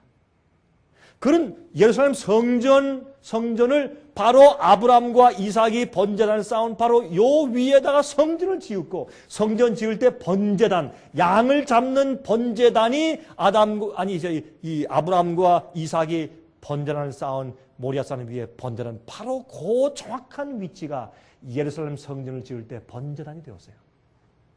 얼마나 놀랍습니까? 그렇죠? 그런데 양이 걸려있는 데가 어디예요? 그들이 양의 소리를 듣고 고개를 들어보니 저쪽에 가시 있던 물에 양이 걸려있어요. 그래서 그 번제단 있는 성전, 예루살렘 성전에서 고개를 들어서 저쪽을 언덕을 보면 거기가 골고다예요. 그래서 그 양이 걸려있던 바로 그 장소에서 예수님께서 실제로 십자가에 돌아가신 것이에요. 그게 다 상징적으로 이미 그런 경험을 하게 하셨어요. 아브라함에게. 이 일이 실제 있었어요. 그러므로 이 고뇌의 아브라함을 보세요. 이것이 믿음이요. 바로 정말 주의 명령을 지키기 위해서 내 가장 사랑하는 것을 주님께 바치는 데까지 나가는 것이 믿음이에요. 여러분 생각 가운데 여러분이 가장 애지중지하는 것이 뭐예요? 그 뭐예요? 어떤 사람은 집이고, 어떤 사람은 직장이고, 어떤 사람은 자식이고, 어떤 사람은 돈이고, 다 달라요. 어떤 사람은 명예고, 어떤 사람들은요, 다른 건 다 가족까지 다 포기할지라도 자기의 욕, 자존심, 명예, 자기의 그 체면, 그거 못 버리는 사람들 있죠. 특별히 남자들은 체면 때문에 죽고 못 살잖아요. 그렇잖아요. 여러분이 가장 애지중지하고 포기하지 못할 그것이 뭐예요? 그것을 주님께 그것까지도 바칠 수 있는 그 지경까지 나아가는 것이 믿음이에요. 그게 믿음이에요. 앞으로 환난에 그런 믿음을 가지지 않는 자들은 환난 통과할 수가 없어요. 왜? 너무나 시련이 극심할 것이기 때문에. 야고보 2장 19절부터 22절에 내가 하나님은 한 분이신 줄 믿느냐 잘하는도다. 귀신들로 믿고 떠느니라. 여러분 귀신의 믿음도 예수의 믿음이 있죠. 성경에 마귀 믿음도 있어요. 그러면 마귀 믿음과 예수 믿음의 차이가 뭐예요? 예수님은 하나님 아버지가 당신을 완전히 버렸다는 느낌, 버림받은 느낌을 가지고 엘리 라마 사박다니 나의 하나님 어째 나를 버리십니까? 라고 기도할 때라도 주님께서는 아버지 뜻대로 자기를 버리고 바쳤어요. 제물로. 그것이 예수의 믿음인데 마귀 믿음은 뭐예요? 마귀 믿음은 하나님이 살아계신 것을 마귀가 믿어요? 믿어요 안 믿어요? 믿어요. 우리보다 더 잘 믿어요. 마귀는. 그가 보니까 하나님께서 창조진 걸 믿어요? 믿어요. 하나님께서 능력 있는 것을 믿습니까? 믿습니다. 하나님께서 아들을 이 땅에 보내시고 십자가 돌아가신 것을 마귀가 믿어요? 믿어요. 마귀는 성경을 하나님께서 인류의 구원을 위해서 써주신 것을 마귀가 믿어요? 믿어요. 마귀도 가끔 성경 공부해요? 해요. 근데 마귀의 믿음과 예수 믿음의 차이가 하나 있어요. 무엇이에요? 마귀의 믿음은 순종을 안 해. 예수 믿음은 끝까지 순종을 해. 그게 믿음의 차이예요. 그게 마귀 믿음과 예수 믿음의 차이예요. 얼마나 간단한 이해예요? 그래서 내가 하나님은 한 분이신 줄 믿느냐? 잘하는도다. 귀신도 마귀도 믿고 떤다. 마귀도 믿음이 있다. 아 허탄한 사람아 행함이 없는 믿음이 헛것인 줄 알고자 하느냐? 우리 조상 아브라함이 그 아들 이삭을 제단에 드릴 때에 행함으로 의롭다 하심을 받은 것이 아니냐? 내가 보거니와 믿음이 그의 행함과 함께 일하고 행함으로 믿음이 온전케 되었느니라. 이것은 행함으로 말미암아 구원받는다는 말이 아니에요. 내가 부모를 공경하면 내가 공경하는 것이 의무이기 때문에 하는 것이에요? 아니면 부모를 사랑하니까 하는 것이에요? 부모를 사랑하고 존경하니까 하는 것이죠. 그러면 그건 행함이 아니에요. 부모를 사랑하는 것이지. 그래서 예수께서 뭐라고 말씀했어요?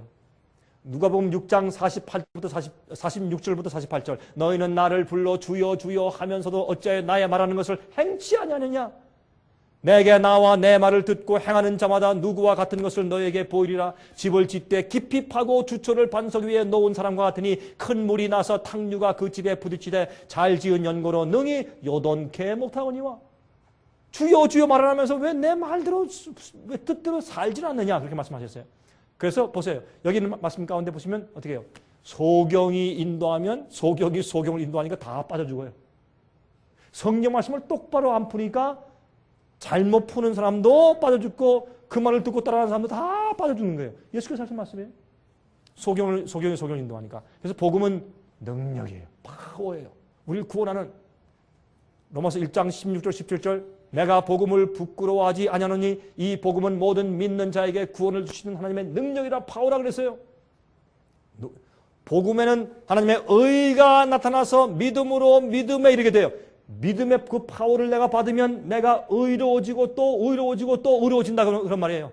그래서 의인은 믿음으로 말미암아 살리라고 성경은 설명하고 있는 것이라 말입니다. 갈라디아 5장 4절부터 7절까지 사랑으로서 역사하는 믿음뿐이라. 이거는 우리의 행함은 주님께서 이거라면 이거하고 저러라면 저러고 어린 양이 어디로 인도하시는지 따라가는 자들이다. 왜요? 그들이 주님을 사랑하기 때문에 사랑으로 역사하는 믿음이죠. 자, 우리가 자식을 사랑해. 자식이 부모를 사랑해. 그러면 이 아이들이 얼마나 배고플까? 그래서 밤만 돼서 학교를 막 뛰어가. 예?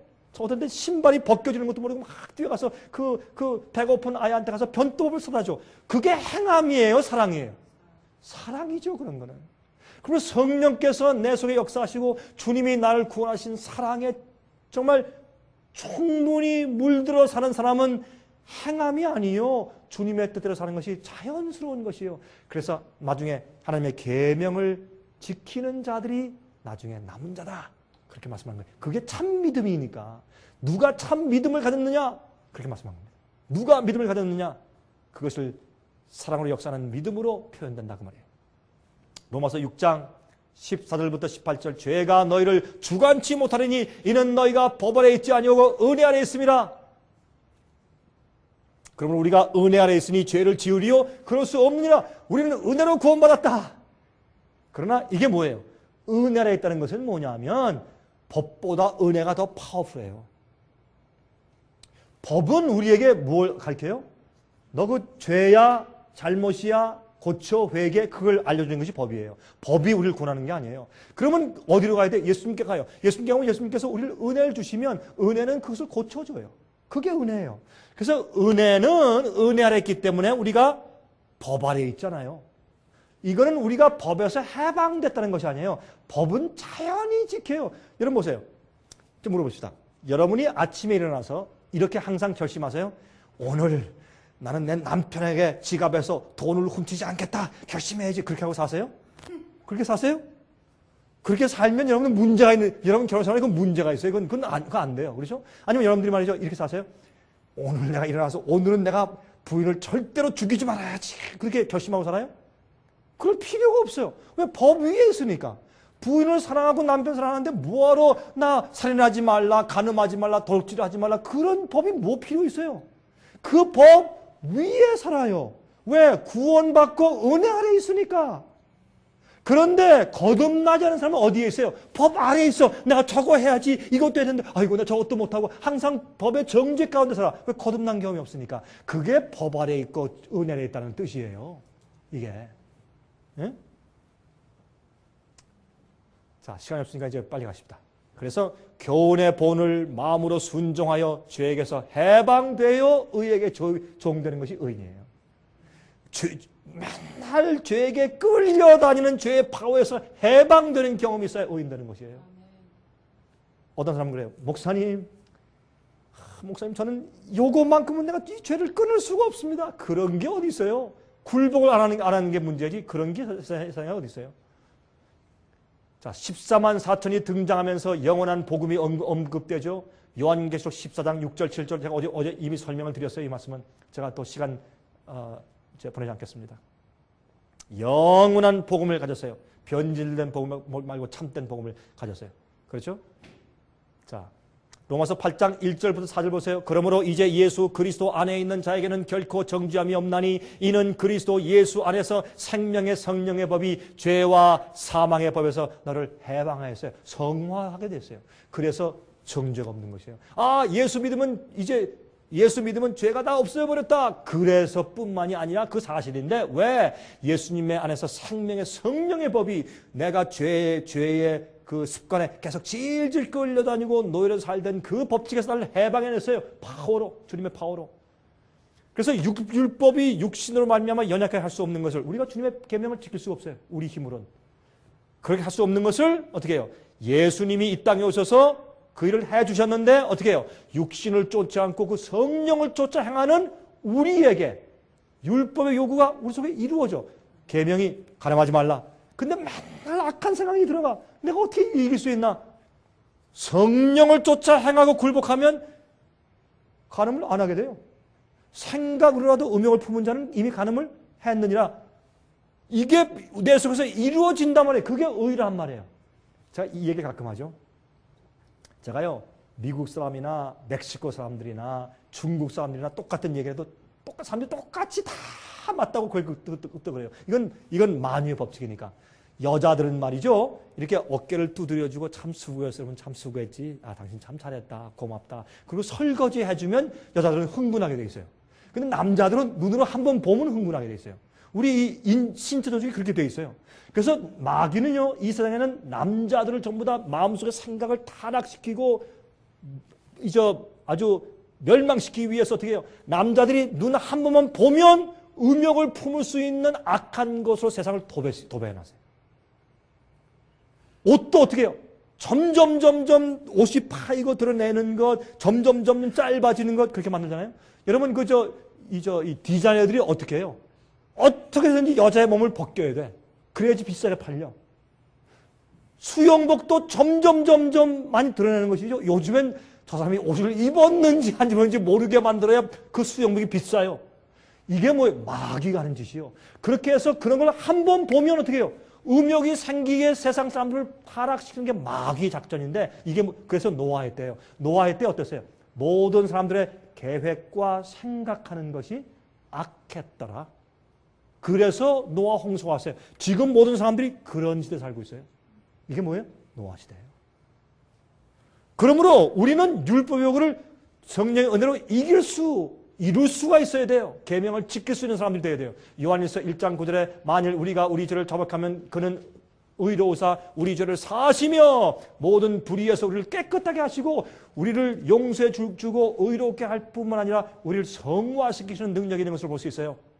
마태복음 6장 12절 13절 보세요. 우리에게 죄 지은 자를 사하여 준 것 같이 우리 죄를 사하여 주옵시고 우리를 시험에 들지 말게 합시고 다만 악에서 구하옵소서. 우리의 죄를 용서하신 것뿐만 아니라 우리를 내 속에 있는 악과 밖에서는 악파와 그 자체에서 나를 구해 주십시오. 그게 우리 기도 아니에요? 성화의 경험이 없는 자는 구원이 없는 사람이에요. 이것이 요한 웨슬레가 특별히 강조한 부분입니다. 데살로니가 후서 2장 13절 14절 보세요. 주의 사랑하시는 형제들아 우리가 항상 너희를 위하여 마땅히 하나님께 감사할 것은 하나님이 처음부터 너희를 택하사 성령의 거룩하게 하심과 진리를 믿음으로 구원을 얻게 하심이니 이를 위하여 우리 복음으로 너희를 부르사 우리 주 예수 그리스도의 영광을 얻게 하려 하십니다. 여기 보세요. 우리를 택하시고 성령으로 우리를 거룩하게 변화시켜 주시고 그 다음에 성경 말씀 진리대로 따라서 믿음으로 구원을 얻게 하세요. 내가 예수님이 십자가 돌아가신 걸 믿는다 다 끝낸다 그게 아니에요. 보세요. 성령이 우리를 거룩하게 하시고 진리를 믿어야 돼요. 성령이 기록한 말씀대로 믿고 따라가야 돼요. 그러므로 구원을 얻게 하시는데 그러므로 우리 복음으로 너를 부르사 다른 복음 아니에요. 타협된 복음 아니에요. 바울이 성경에서 말씀한 그 복음 예수의 참된 그 복음을 말하는 것이에요. 데살로니가 후서 2장 9절부터 12절 악한 자의 임함은 사탄의 역사를 따라 모든 능력과 표적과 거짓 기적과 불의의 모든 속임으로 멸망하는 자들에게 임하리니 이는 저희가 진리의 사랑을 받지 아니하여 구원함을 얻지 못함이라. 이러므로 하나님이 유혹을 저희 가운데 역사하게 하사 거짓 것을 믿게 하시면 진리를 믿지 않고 불의를 좋아하는 모든 자로 심판을 받게 하려 하심이니라. 이게 무슨 말인가 하면 진리를 사모하고 진리를 알기 위해서 애쓰는 자들, 진리의 사랑을 받는 자들이 구원받는 것이에요. 그러나 진리의 사랑을 받지 않냐면 내가 저거 이렇게 하면 구원받겠지. 진리를 찾지도 않고 연구하지도 아니하고 사모하지도 않는 사람들은 어떻게 해요? 유혹을 받는데 진리를 불의를 좋아하는 모든 자로 심판을 받아요.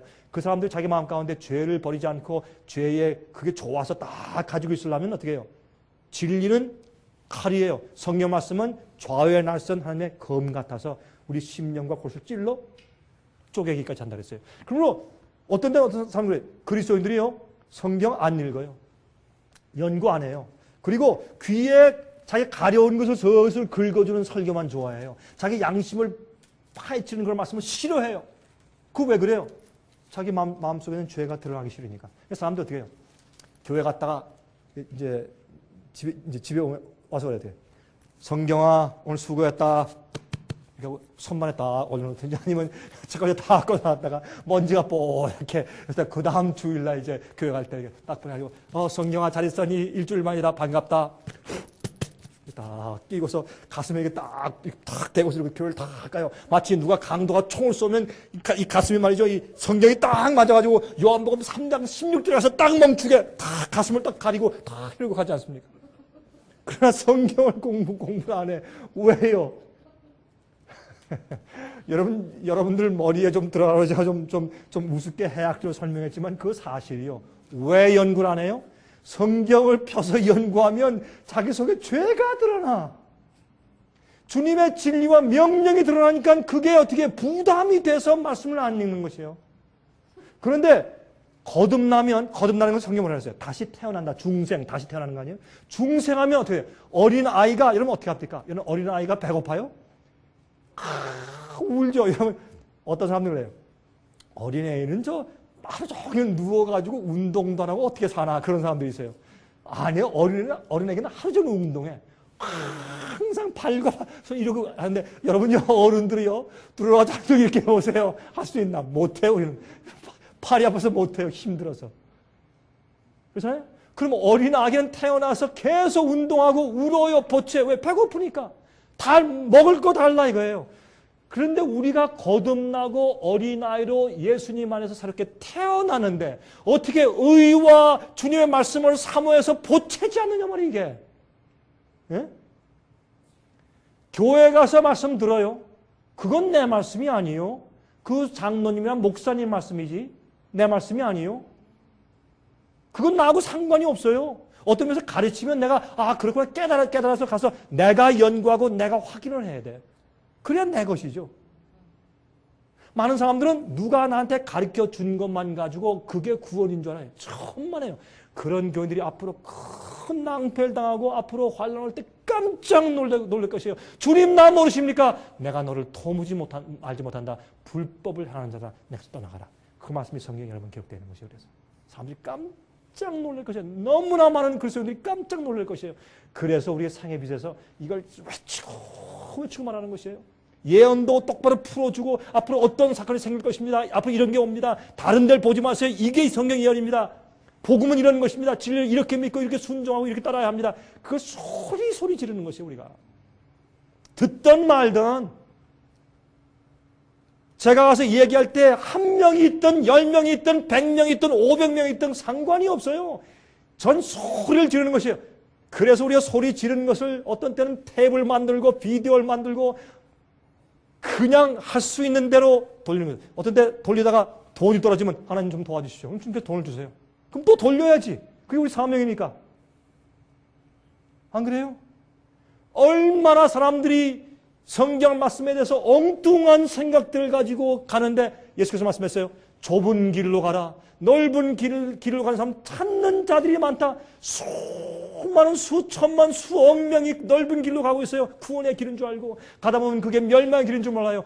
좁은 길로 가라. 그 길은 협착하여 찾는 자가 적다. 그러나 그 길로 가라. 그게 말씀 아니에요? 여러분 제가 여기 지금 보여드렸죠? 여기 보여드렸는데 여기에 이렇게 진리를 사랑하지 않는 자들은 마귀가 어떻게 속이는 줄 아세요? 기적을 속여요. 왜 기적을 하는 줄 아세요? 잘못 믿고 있는데 성령이 임한 것처럼 와 하고 거짓 기적을 보여줘. 그럼 그 사람이 성령이 임하니까 내가 똑바로 믿고 있는 모양이다 라고 착각을 하게 돼. 그래서 멸망시키는 게 뭐예요? 마귀가 그래서 기적과 표적과 이 불의의 모든 속임으로 멸망을 임해요. 여러분 내일 저녁에는 제가 제일 중요한 말씀을 드려요. 내일 저녁에 제가 뭘 설명을 드리냐면 오늘날 교회 안에서 진짜 성령 역사와 가짜 성령 역사를 어떻게 구분하는가. 여러분 어떤 때 교회에서 그런 느낌 느끼시죠? 저게 진짜 성령이야 아니야 그런 느낌이 올 때가 있어요. 그렇죠? 그러면 진짜 성령 역사와 거짓 역사를 우리가 어떻게 하냐 말이에요. 성경으로 할 수 있어요. 내일 제가 그것을 설명을 드릴 것이에요. 여러분 깜짝 놀라실 거예요. 여러분 그걸 이해해야 돼요. 누가복음 18장 8절 보세요. 그러나 인자가 올 때 세상에서 믿음을 보겠느냐? 이렇게 믿는 자가 많은데 예수께서 말씀하기를 내가 다시 올 때 세상에서 믿음을 내가 볼 수 있을까? 그렇게 말씀했어요. 예수의 믿음은 그렇죠?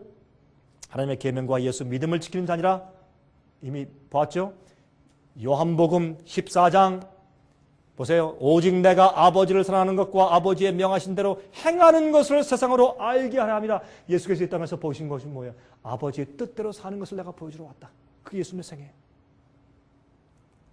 마태복음 26장 39절 그러나 나의 원대로 마옵시고 아버지의 원대로 하시옵소서. 그 예수님의 생애였어요. 내 뜻대로 마시고 아버지 뜻대로 하십시오. 우리의 생애도 뭐예요? 아버지 내 뜻대로 하지 마십시오. 나는 나를 신뢰하고 믿을 수가 없사오니 아버지의 뜻대로 해주십시오. 그리고 주님의 뜻을 내가 알려주십시오. 내가 따르겠습니다. 자 보세요. 내가 예수님을 받아들인다. 그게 뭐예요? 내가 예수님을 영접한다. 그게 뭐예요? 사람들은 철학적으로 추상적으로 말해요. 예수님이 날 위해 돌아가셨다. 나 그거 받아들인다. 그건 쉬운 것이 누구나 할 수 있어요. 그게 아니라 예수님께서 그래서 너 이거 버려라. 이렇게 해야 되겠다. 이렇게 따라올래? 할 때 알겠습니다 주님. 그게 주님의 뜻이군요. 알겠습니다. 그게 주님을 영접하는 것이에요. 주님의 길과 주님의 뜻을 받아들이는 것이 주님을 영접하는 것이에요. 예수님이 날 위해 돌아가셨다. 그걸 받아들이는 것만이 아니야. 그건 기초고 나중에 주님께서 날 인도하실 때 주님의 뜻을 매일매일 받아들이는 것이 주님을 받아들이고 영접하는 것이에요. 그걸 우리가 믿음을 하고 이해되는 것이에요. 예수님은 이 땅에서 십자가를 지시는 경험을 하시고 십자가에 못 박히고 달리시는 경험을 하시고 거기서 아버지께 버림받는 우리 대신해서 죄가 되심으로 버림받는 경험을 하시면서까지 어떻게 해요? 아버지의 뜻대로 사신 것이 예수 생애예요. 우린 예수를 믿는 사람들이에요. 근데 어떻게 믿는데 예수님을 믿는 것과 내가 사는 것은 따로따로해요. 예수를 믿긴 믿는데 개념적으로 동의만 하고 사는 것은 내 마음대로 살아. 그건 그리스도인이 아니에요. 십자가에 위에서 승리하신 예수의 믿음 보세요. 완전히 아버지께 버림받은 느낌을 느꼈을 때도 아버지께 당신을 의탁한 믿음. 그 예수님의 믿음이에요. 그렇죠? 그래서 요한복음 14장 15절에 너희가 나를 사랑하면 나의 무엇을 지키라? 계명을 지키라. 너희가 나를 사랑하면 내 뜻대로 살 것이야. 그렇게 말씀하신 것이에요. 여러분 옛 언약과 새 언약은 제가 지금 설명드릴 시간이 없어요. 시간이 너무 많이 지나서 제가 자, 지나가고, 이런 우리 책자들이 밖에 많이 있으니까 여러분께서 읽어보시면 그건 다 해결될 것이고 간단하게. 또 제가 과거에 설명하는 것을 여러분께서 들으셨을 거예요. 옛 언약과 새 언약의 조건들은 같아요. 옛 언약은 시내산에서 계명을 주실 때 베푸신 것이고, 옛 언약은 십자가에서 맺어주신 것이에요. 그러면 옛 언약과 새 언약 사이의 조건은 똑같아요. 너희가 내 뜻대로 살고 내 계명을 지키면 너희가 내 소유가 되겠고 너희가 내 거룩한 백성 되고 내가 너희 하나님 될 것이라. 그것이 언약의 조건이에요. 너희가 내 말을 잘 듣고 내 언약을 지키면 그것이 조건이에요. 옛 언약에. 새 언약도 마찬가지예요. 아니 옛 언약에는 주의 말씀을 지켜야 주님 백성 되고 새 언약된 주의 말씀을 안 지켜도 주의 백성 되고 그럼 그게 뭐예요? 앞뒤가 안 맞죠? 그게 이상하잖아요. 안 그래요? 그러므로 그 옛 언약과 새 언약이 다른 게 아니라 조건이 같은데 옛 언약 때는 그들이 하고 싶어도 할 수가 없었어요. 자기의 상태를 몰랐어. 그래서 새 언약 때 십자가 위에서 내가 너희 죄를 과거의 죄를 용서해주고 피로 너희 양심을 씻고 성령으로 너희를 변화시켜 주어서 그렇게 할 수 있게 내가 해줄게. 나한테 내 마음을 줄래? 조건 하나는 너희 마음을 내게 달라요. 우리 상한 심령을 주 앞에 주면 주님께서 우리 마음을 변화시켜서 주의 말씀과 언약을 지키며 살 수 있게 만들어 주시는 것이 뭐예요? 그것이 복음의 능력이에요. 그것이 새 언약이에요. 새 언약을 우리가 경험하는 것이에요. 히브리 8장 8절부터 10절에 신약의 새 언약을 말씀하실 때 볼지어다 날이 이르리니 내가 이스라엘 집과 유다 집으로 새 언약을 세우리라. 또 주께서 말씀하시되 내가 저희 열조의 손을 잡고 애굽 땅에서 인도하여 나던 날에 저희와 세운 약속과 같지 않도다. 시내산의 약속과 같지 않아요? 저희는 내 언약 안에 머물지 아니하였으므로 내가 저희를 돌아보지 아니하였노라. 또 주께서 말씀하시되 그날 후에 내가 이스라엘 집으로 세울 언약이 이것이니 내 법을 저희 생각에 두고 저희 마음에 이것을 기록하리라. 나는 저에게 하나님이 되고 저희는 내게 내 백성이 될 것이다. 성령으로 우리 마음 가운데 주의 법을 계명을 기록하시는 경험이에요. 그래서 세상이 감당치 못하는 믿음을 가진 자들이 생겨요. 암이 걸리지 않게 하시는 하나님을 믿는 믿음이 아니라 주님께서 우리 병을 고치세요? 고치세요. 그러나 안 고치시면 여러분 안 고쳐주셔도 믿으시겠어요? 그래도 믿어야죠. 그렇죠? 암이 걸리지 않게 하시는 하나님을 믿는 것이 아니라 재난과 고통에서 보호해 주시고 축복만 주시는 하나님을 믿는 믿음이 아니라 병이 나고 고난이 와도 어려움이 생기고 사업이 망해도 하나님을 절대적으로 신뢰하고 불만 없이 죽을 수 있는 믿음을 가진 자들이 참된 증인들이에요. 그럴 때 선생님 볼 때 참 감당 못하겠다. 저 사람 진짜 믿음을 가졌구나. 얼마나 주님을 사랑하고 신뢰하면 저렇게 믿나. 예? 욥이 말이죠. 자식이 다 저주받은 것처럼 죽어버리고 온몸에 헌대가 나고 종기가 나서 아파서 기와장으로 긁고 있는데 부인이 와서 당신 하나님 저주하고 당신도 죽으시오. 그런 처절한 입장에 있어도 욥은 불평치 않고 입을 다물고 주님을 신뢰했어요. 그것이 믿음이라 하는 것이에요. 그것이. 그러니까 믿음이 너무 잘못 이해되어 있기 때문에 예수 믿으면 복 받소, 예수 믿으면 잘 돼요, 예수 믿으면 돈 잘 벌리고 아이들 잘 되고 예수 믿으면 다 성공하고, 그러니까 주님 믿으면 세상에서 잘 되고 하늘도 가고 이렇게 가르치는 세상이 되었어요. 통속적인 믿음이. 그게 아니에요. 그래서 마지막 시대에 뭐셔요? 환난과 시련이 큰 대환란이 오는데 환란을 통과하면서 어떤 믿음? 욥의 믿음을 배운 참된 의인들이 세상과 하늘 앞에서 믿는 의인이 무엇인가 하는 것을 보여주고 증거할 때가 되었다 그 말이에요. 성경이 그걸 말해요. 그 사람들이 최후에 남으면서 나중에 의인으로 하늘에 나타나요. 그때 천사를 보면서 하나님 맞습니다. 주님의 십자가의 보혈의 능력은 악한 사람을 저렇게까지 변화시킬 수 있군요. 아, 하나님 맞습니다. 저런 사람들은 하늘에 와서 우리 이웃으로 영원히 살기에 합당합니다. 그러므로 주님의 구속 사업이 옳습니다. 라고 하늘 천사가 인정하고 마귀도 나중에 손들고 어떻게 할 수 없어요. 아무리 유혹하고 시험해도 그 사람은 이길 수가 없어요. 세상 악인들도 그를 죽이고 감옥에 가둬도 이길 수가 없어요. 그래서 세상이 감당지 못하는 믿음을 가진 사람들이 생기는 것이에요. 욥의 경험이죠. 그렇죠?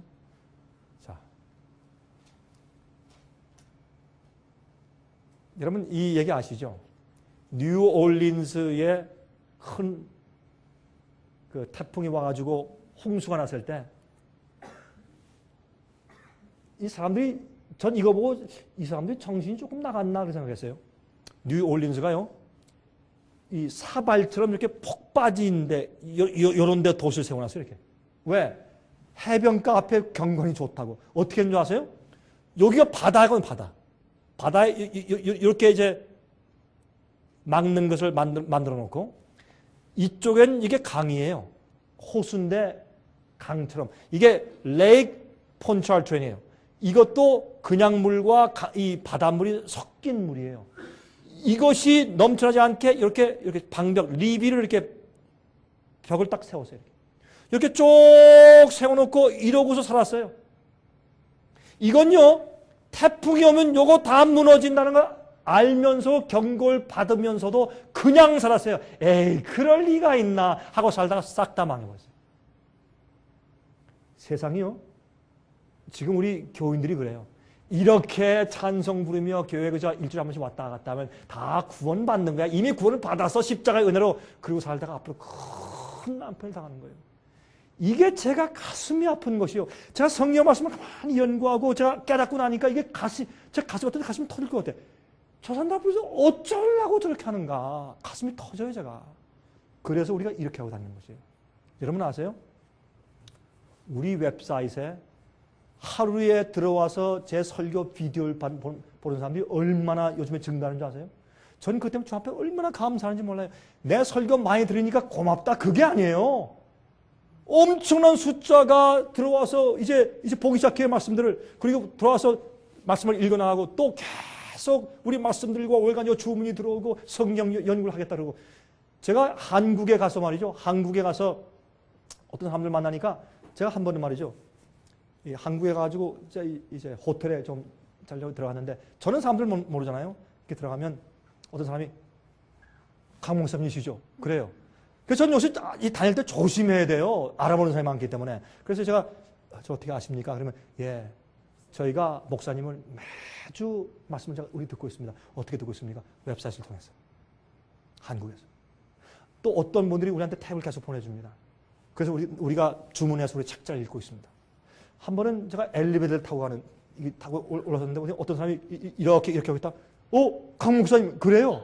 저도 또 깜짝 놀랐죠. 한 번은 제가 비행기를 타고 앉았는데 비행기 탈 때 전 그래서 항상 제가 이 스트레스가 좀 있어요.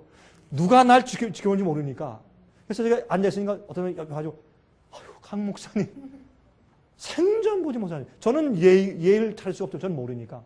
한 번은 제가 이제 한국에서 이제 비행기 내려가지고 얼마나 피곤해. 머리가 다 이렇게 돼가지고 머리 제대로 빗지도 못하고 이제 비행기 내려가지고 피곤하니까 이러고 쳐져가지고 말이죠. 시간이 바뀌었으니까. 그리고 이제 세관 앞에 서가지고 이제 지나가려고 이렇게 서 있는데 저 앞에 나간 사람이 보다가 저한테 막 이래요. 그래서 이런 누구신가? 누군지 모르겠어. 저요. 목사님 알아요. 제가요. 저는 제 사는 제 생애에 제 기쁨은 다른 거 없어요. 저는요. 인기, 자랑, 명예, 돈.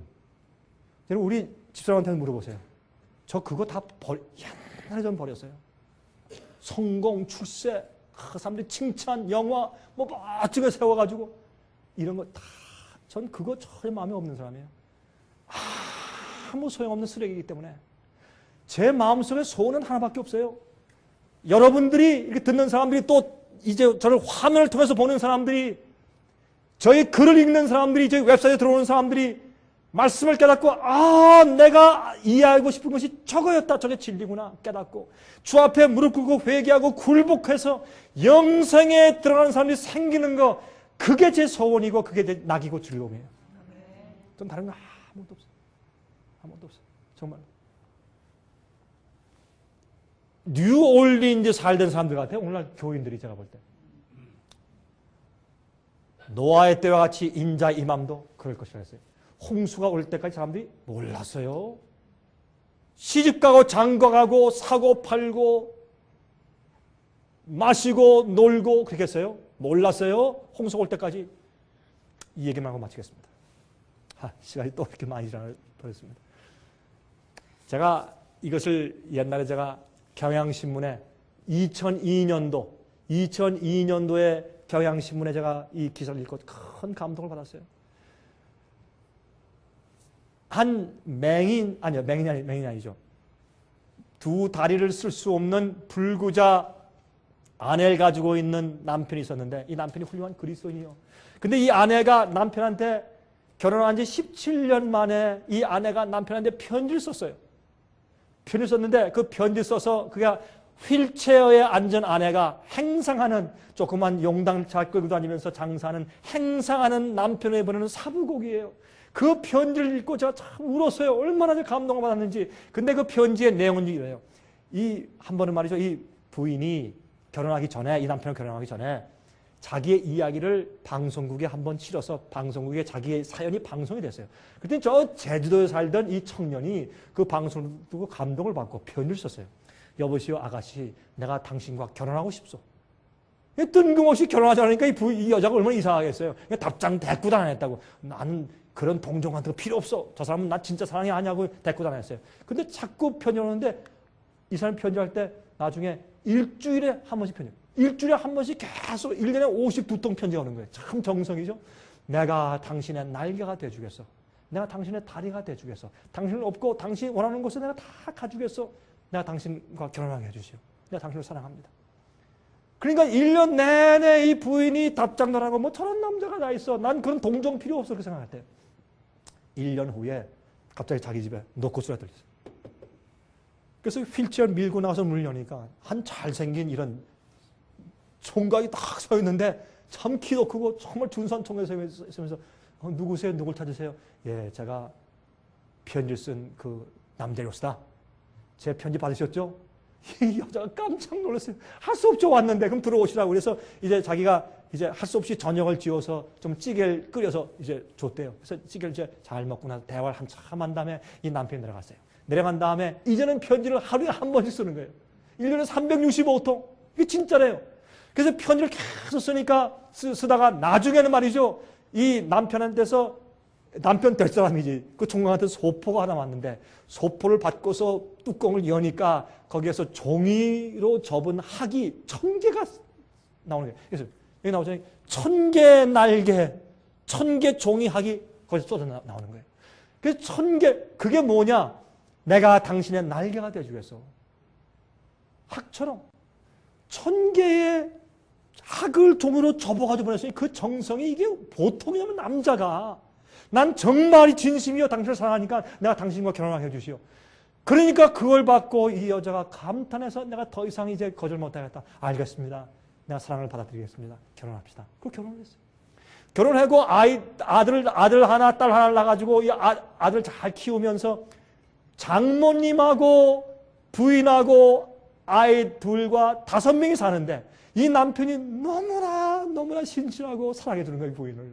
그리고 어머니는 당뇨병에서 누웠어요. 근데 장모님을 그렇게 보살펴주고 너무너무 잘하는 거예요. 그래서 자식들 다 학교 잘 보내주고 또 이 부인을 픽업해가지고 학교 보내가지고 당신 아직 학교 아파서 못 맞았으니까 학교 마치라고 학교에 데려다주고 또 왔다가 밥 차려놓고 또 가서 부인 픽업하고 이렇게 잘하는 거예요. 17년 동안 한결같이 잘하는 거예요. 그러니까 하루아침 새벽 5시에 일어나가지고 이 부인이 남편한테 편지를 썼어요.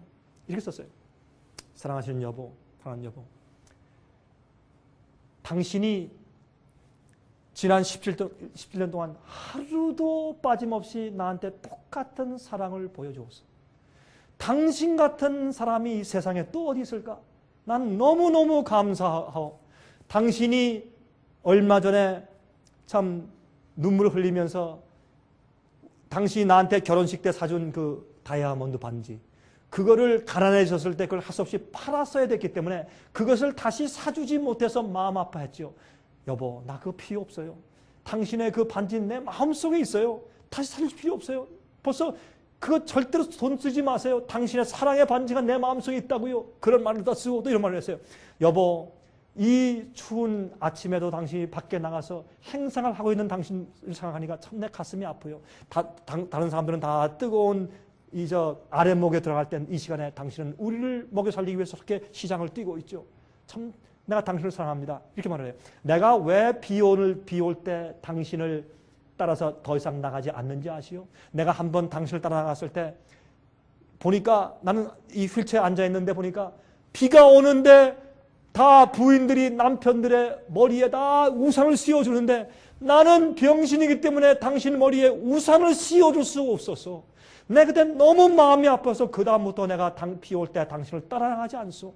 그런 말을 해요. 쭉 얘기하면서 그 남편이 자기를 어떻게 해준 것을 전부 다 얘기해요. 그렇게 한다면 나 당신을 참 고맙소. 근데 그때 가서 이런 결론을 해요. 여보, 나한테 한 가지 소원이 있어. 그 소원이 뭐냐면 이제 만약에 다른 세상에 만약에 우리가 다시 태어나는 기회가 혹시 있다면 이번에는 당신이 불구자로 태어나고 미안하지만 내가 성한 사람으로 태어나서 내가 당신에게 결혼해서 내가 일평생 동안 당신을 사랑하고 섬기며 살겠어. 왜? 내가 당신을 사랑하는 것은 당신이 나를 그렇게 사랑해 주었기 때문에. 제가 그 편지를 읽고 나서 제가 울었어요. 제가 왜 울은 줄 아세요? 제가 예수님을 생각했어요. 우리 예수님이 그런 분 아니에요? 우리가 어떻게 해요? 구원 받으려고 교회 가고 구원 받으려고 헌금 바치고 구원 받으려고 11조 내는 것이요? 구원 받으려고 계명 지키고 구원 받으려고 이거 안 하고 저거 안 하고 저거 하는 것이에요? 아니에요. 하나님이 나를 얼마나 사랑하시고 당신의 생명을 희생하시고 십자가에 팔을 벌리셨기 때문에 그 사랑에 감동되고 너무나 감사해서 내가 주님의 뜻대로 살지 않을 수가 없는 것이에요. 주님의 뜻대로 살고 주님의 말씀대로 다 사는 것이 그렇게 하고 싶어지는 것이에요. 왜? 주님이 나를 사랑하시고 주님께서 이렇게 하라 저거 하지 말라는 것은 왜요? 그렇게 하면 내가 죽으니까 멸망당하니까 그렇게 하면 죄가 나를 유혹해서 빠지니까 또 어떤 것을 이렇게 하고 이렇게 믿으라 하는 것은 그렇게 해야 내 마음속에 잘못된 것들이 풀리고 올바른 길로 가니까 그게 다 주님께서 우리를 구원하시기 위한 명령이니까 사랑하는 마음으로 따라가야 되는 것이에요. 이 여인이 휠체어에 앉은 아내가 사랑하는 남편을 봉양하고 섬기는 것이 의무가 아니라 사랑인 것처럼 만약에 어떤 부인이 말이죠 이렇게 한다면 제가 이제 방문을 가 있는데 저 실제 그런 걸 좀 본 적이 있어요. 한 부인이 말이죠. 어이구 목사님 잠깐 계세요? 가더니요 막 치우고 막 닦고 말이죠. 또 뭐 물을 얹어놓고 막 이렇게 해요. 아니 갑자기 왜 그러세요? 아니 남편이 과연 목사님 이런 거 안 해놓으면 저 남편이 신경질 부려요. 제 앞에서요 어떤 부인이 막 그렇게 해요. 그거는 남편을 위해서 다 하는 봉사지만 무엇 때문에 하는 것이요? 무서워서 하는 것이에요. 얼마나 많은 그리스도인들이 지역불이 무서워서 그렇게 하냐 말이에요. 지역불이 무서워서 예수를 믿고 교회 가고 지역불이 무서워서 기도하고 지역불이 무서워서 뭐하고 그렇게 하잖아요. 정말 하나님을 사랑하고 감격해서 그렇게 하는 사람들이 많지 않아요. 그래서 이 믿음의 동기가 잘못돼 버린 것이에요. 근데 똑바른 동기를 가지면 어떻게 해요? 우리가 주님의 뜻대로 온전히 살 수 있게 돼요. 그것이 믿음으로 말미암아 의롭게 되는 성도의 생애예요. 내일은 그러면 진짜 성령과 가짜 성령의 차이가 무엇이며 우리가 어떻게 분별해야 되는가 하는 중요한 문제를 설명을 좀 드리겠습니다. 잠깐 고개 숙이고 기도하십시다. 자비하신 하늘에 계신 아버지, 오늘 저녁에 우리에게 베푸신 진리의 말씀을 인해서 감사합니다. 주여, 가르치신 성경 말씀대로 살 수 있도록 저희를 도와주시옵소서. 인간의 이론과 학설대로 따라가지 아니하고 산 믿음, 생동하던 참된 믿음, 예수의 믿음을 가지고 살 수 있게 저희를 도와주시옵소서. 성령을 쫓아 살길 바랍니다. 저희를 인도해 주시고 저희 손을 붙들어 주시옵소서. 예수 그리스도의 거룩하신 이름으로 간절하게 기도합니다. 아멘. 은혜 많이 받으셨습니까? 생애의 빛은 각종 미디어, 즉 출판물, 텔레비전, 비디오, 오디오 카세트 테이프, DVD, CD, 그리고 웹사이트를 통하여 복음을 전하는 미디어 선교 기관입니다. 생애의 빛에서 이루어지는 선교 사업을 크게 5가지로 나누어 소개하면 다음과 같습니다. 첫째로 생애의 빛은 가정과 건강과 참된 신앙을 소개하는 월간지 살아남는 이들을 매달 발간하고 있습니다. 가정과 건강 문제뿐만 아니라 참된 신앙과 성경에 나타나 있는 중요한 진리들에 대하여 매달 깊이 있게 다루는 최고의 신앙지입니다. 둘째로 생애의 빛은 미국의 주요 도시에서 텔레비전 선교 방송을 하고 있습니다. 많은 분들은 생애의 빛 선교 방송을 통하여 복음을 발견하고 새로운 생애를 살아가고 있습니다. 셋째로 생애의 빛에서는 우편 통신을 통하여 평신도들의 성경 연구를 도와드리는 성경통신학교를 운영하고 있습니다. 성경에 나타나 있는 중요한 문제들에 대하여 체계 있게 공부하기를 원하시는 분들은 성경 연구 단기 코스와 계시록을 통한 성경 교리 연구, 또한 요한계시록 연구 과목을 신청하시기 바랍니다. 교재 및 모든 비용이 무료인 생애의 빛 성경 연구 과정을 통하여 복음과 예언 문제를 가장 쉽고 체계 있게 공부하시기 바랍니다. 넷째로 생애의 빛은 예언 연구를 위하여 특별하게 제작된 비디오 시리즈를 나누어 드리고 있습니다. 성경 구약과 신약의 대표적 예언서인 다니엘서와 요한계시록을 처음부터 마지막까지 자세하게 해설해 드리는 예언 연구 비디오 시리즈를 통하여 많은 분들이 성경과 미래에 대한 새로운 시야를 가지고 살아가게 되었습니다. 마지막 시대의 복음과 비밀이 담겨져 있는 다니엘과 요한계시록 비디오 시리즈를 신청하셔서 새로운 영적 부흥을 체험하시기 바랍니다. 다섯째로 생애의 빛은 강병국 목사님의 예배 설교가 담겨져 있는 비디오와 오디오 테이프, DVD나 CD를 원하는 모든 그리스도인들에게 나누어 드리고 있습니다. 매주 생애의 빛 예배 설교 테이프를 받기 원하시는 분들은 생애의 빛으로 연락하여 신청하여 주시기 바랍니다. 끝으로 생애의 빛 선교 사업에 대해서 좀 더 자세하게 알기 원하시는 분들은 웹사이트 www.sostv.net를 방문하시기 바랍니다. 생애의 빛 웹사이트에는 지금까지 나온 모든 월간지와 비디오 테이프과 텔레비전 방송물들을 누구나 무료로 보실 수 있도록 준비되어 있습니다.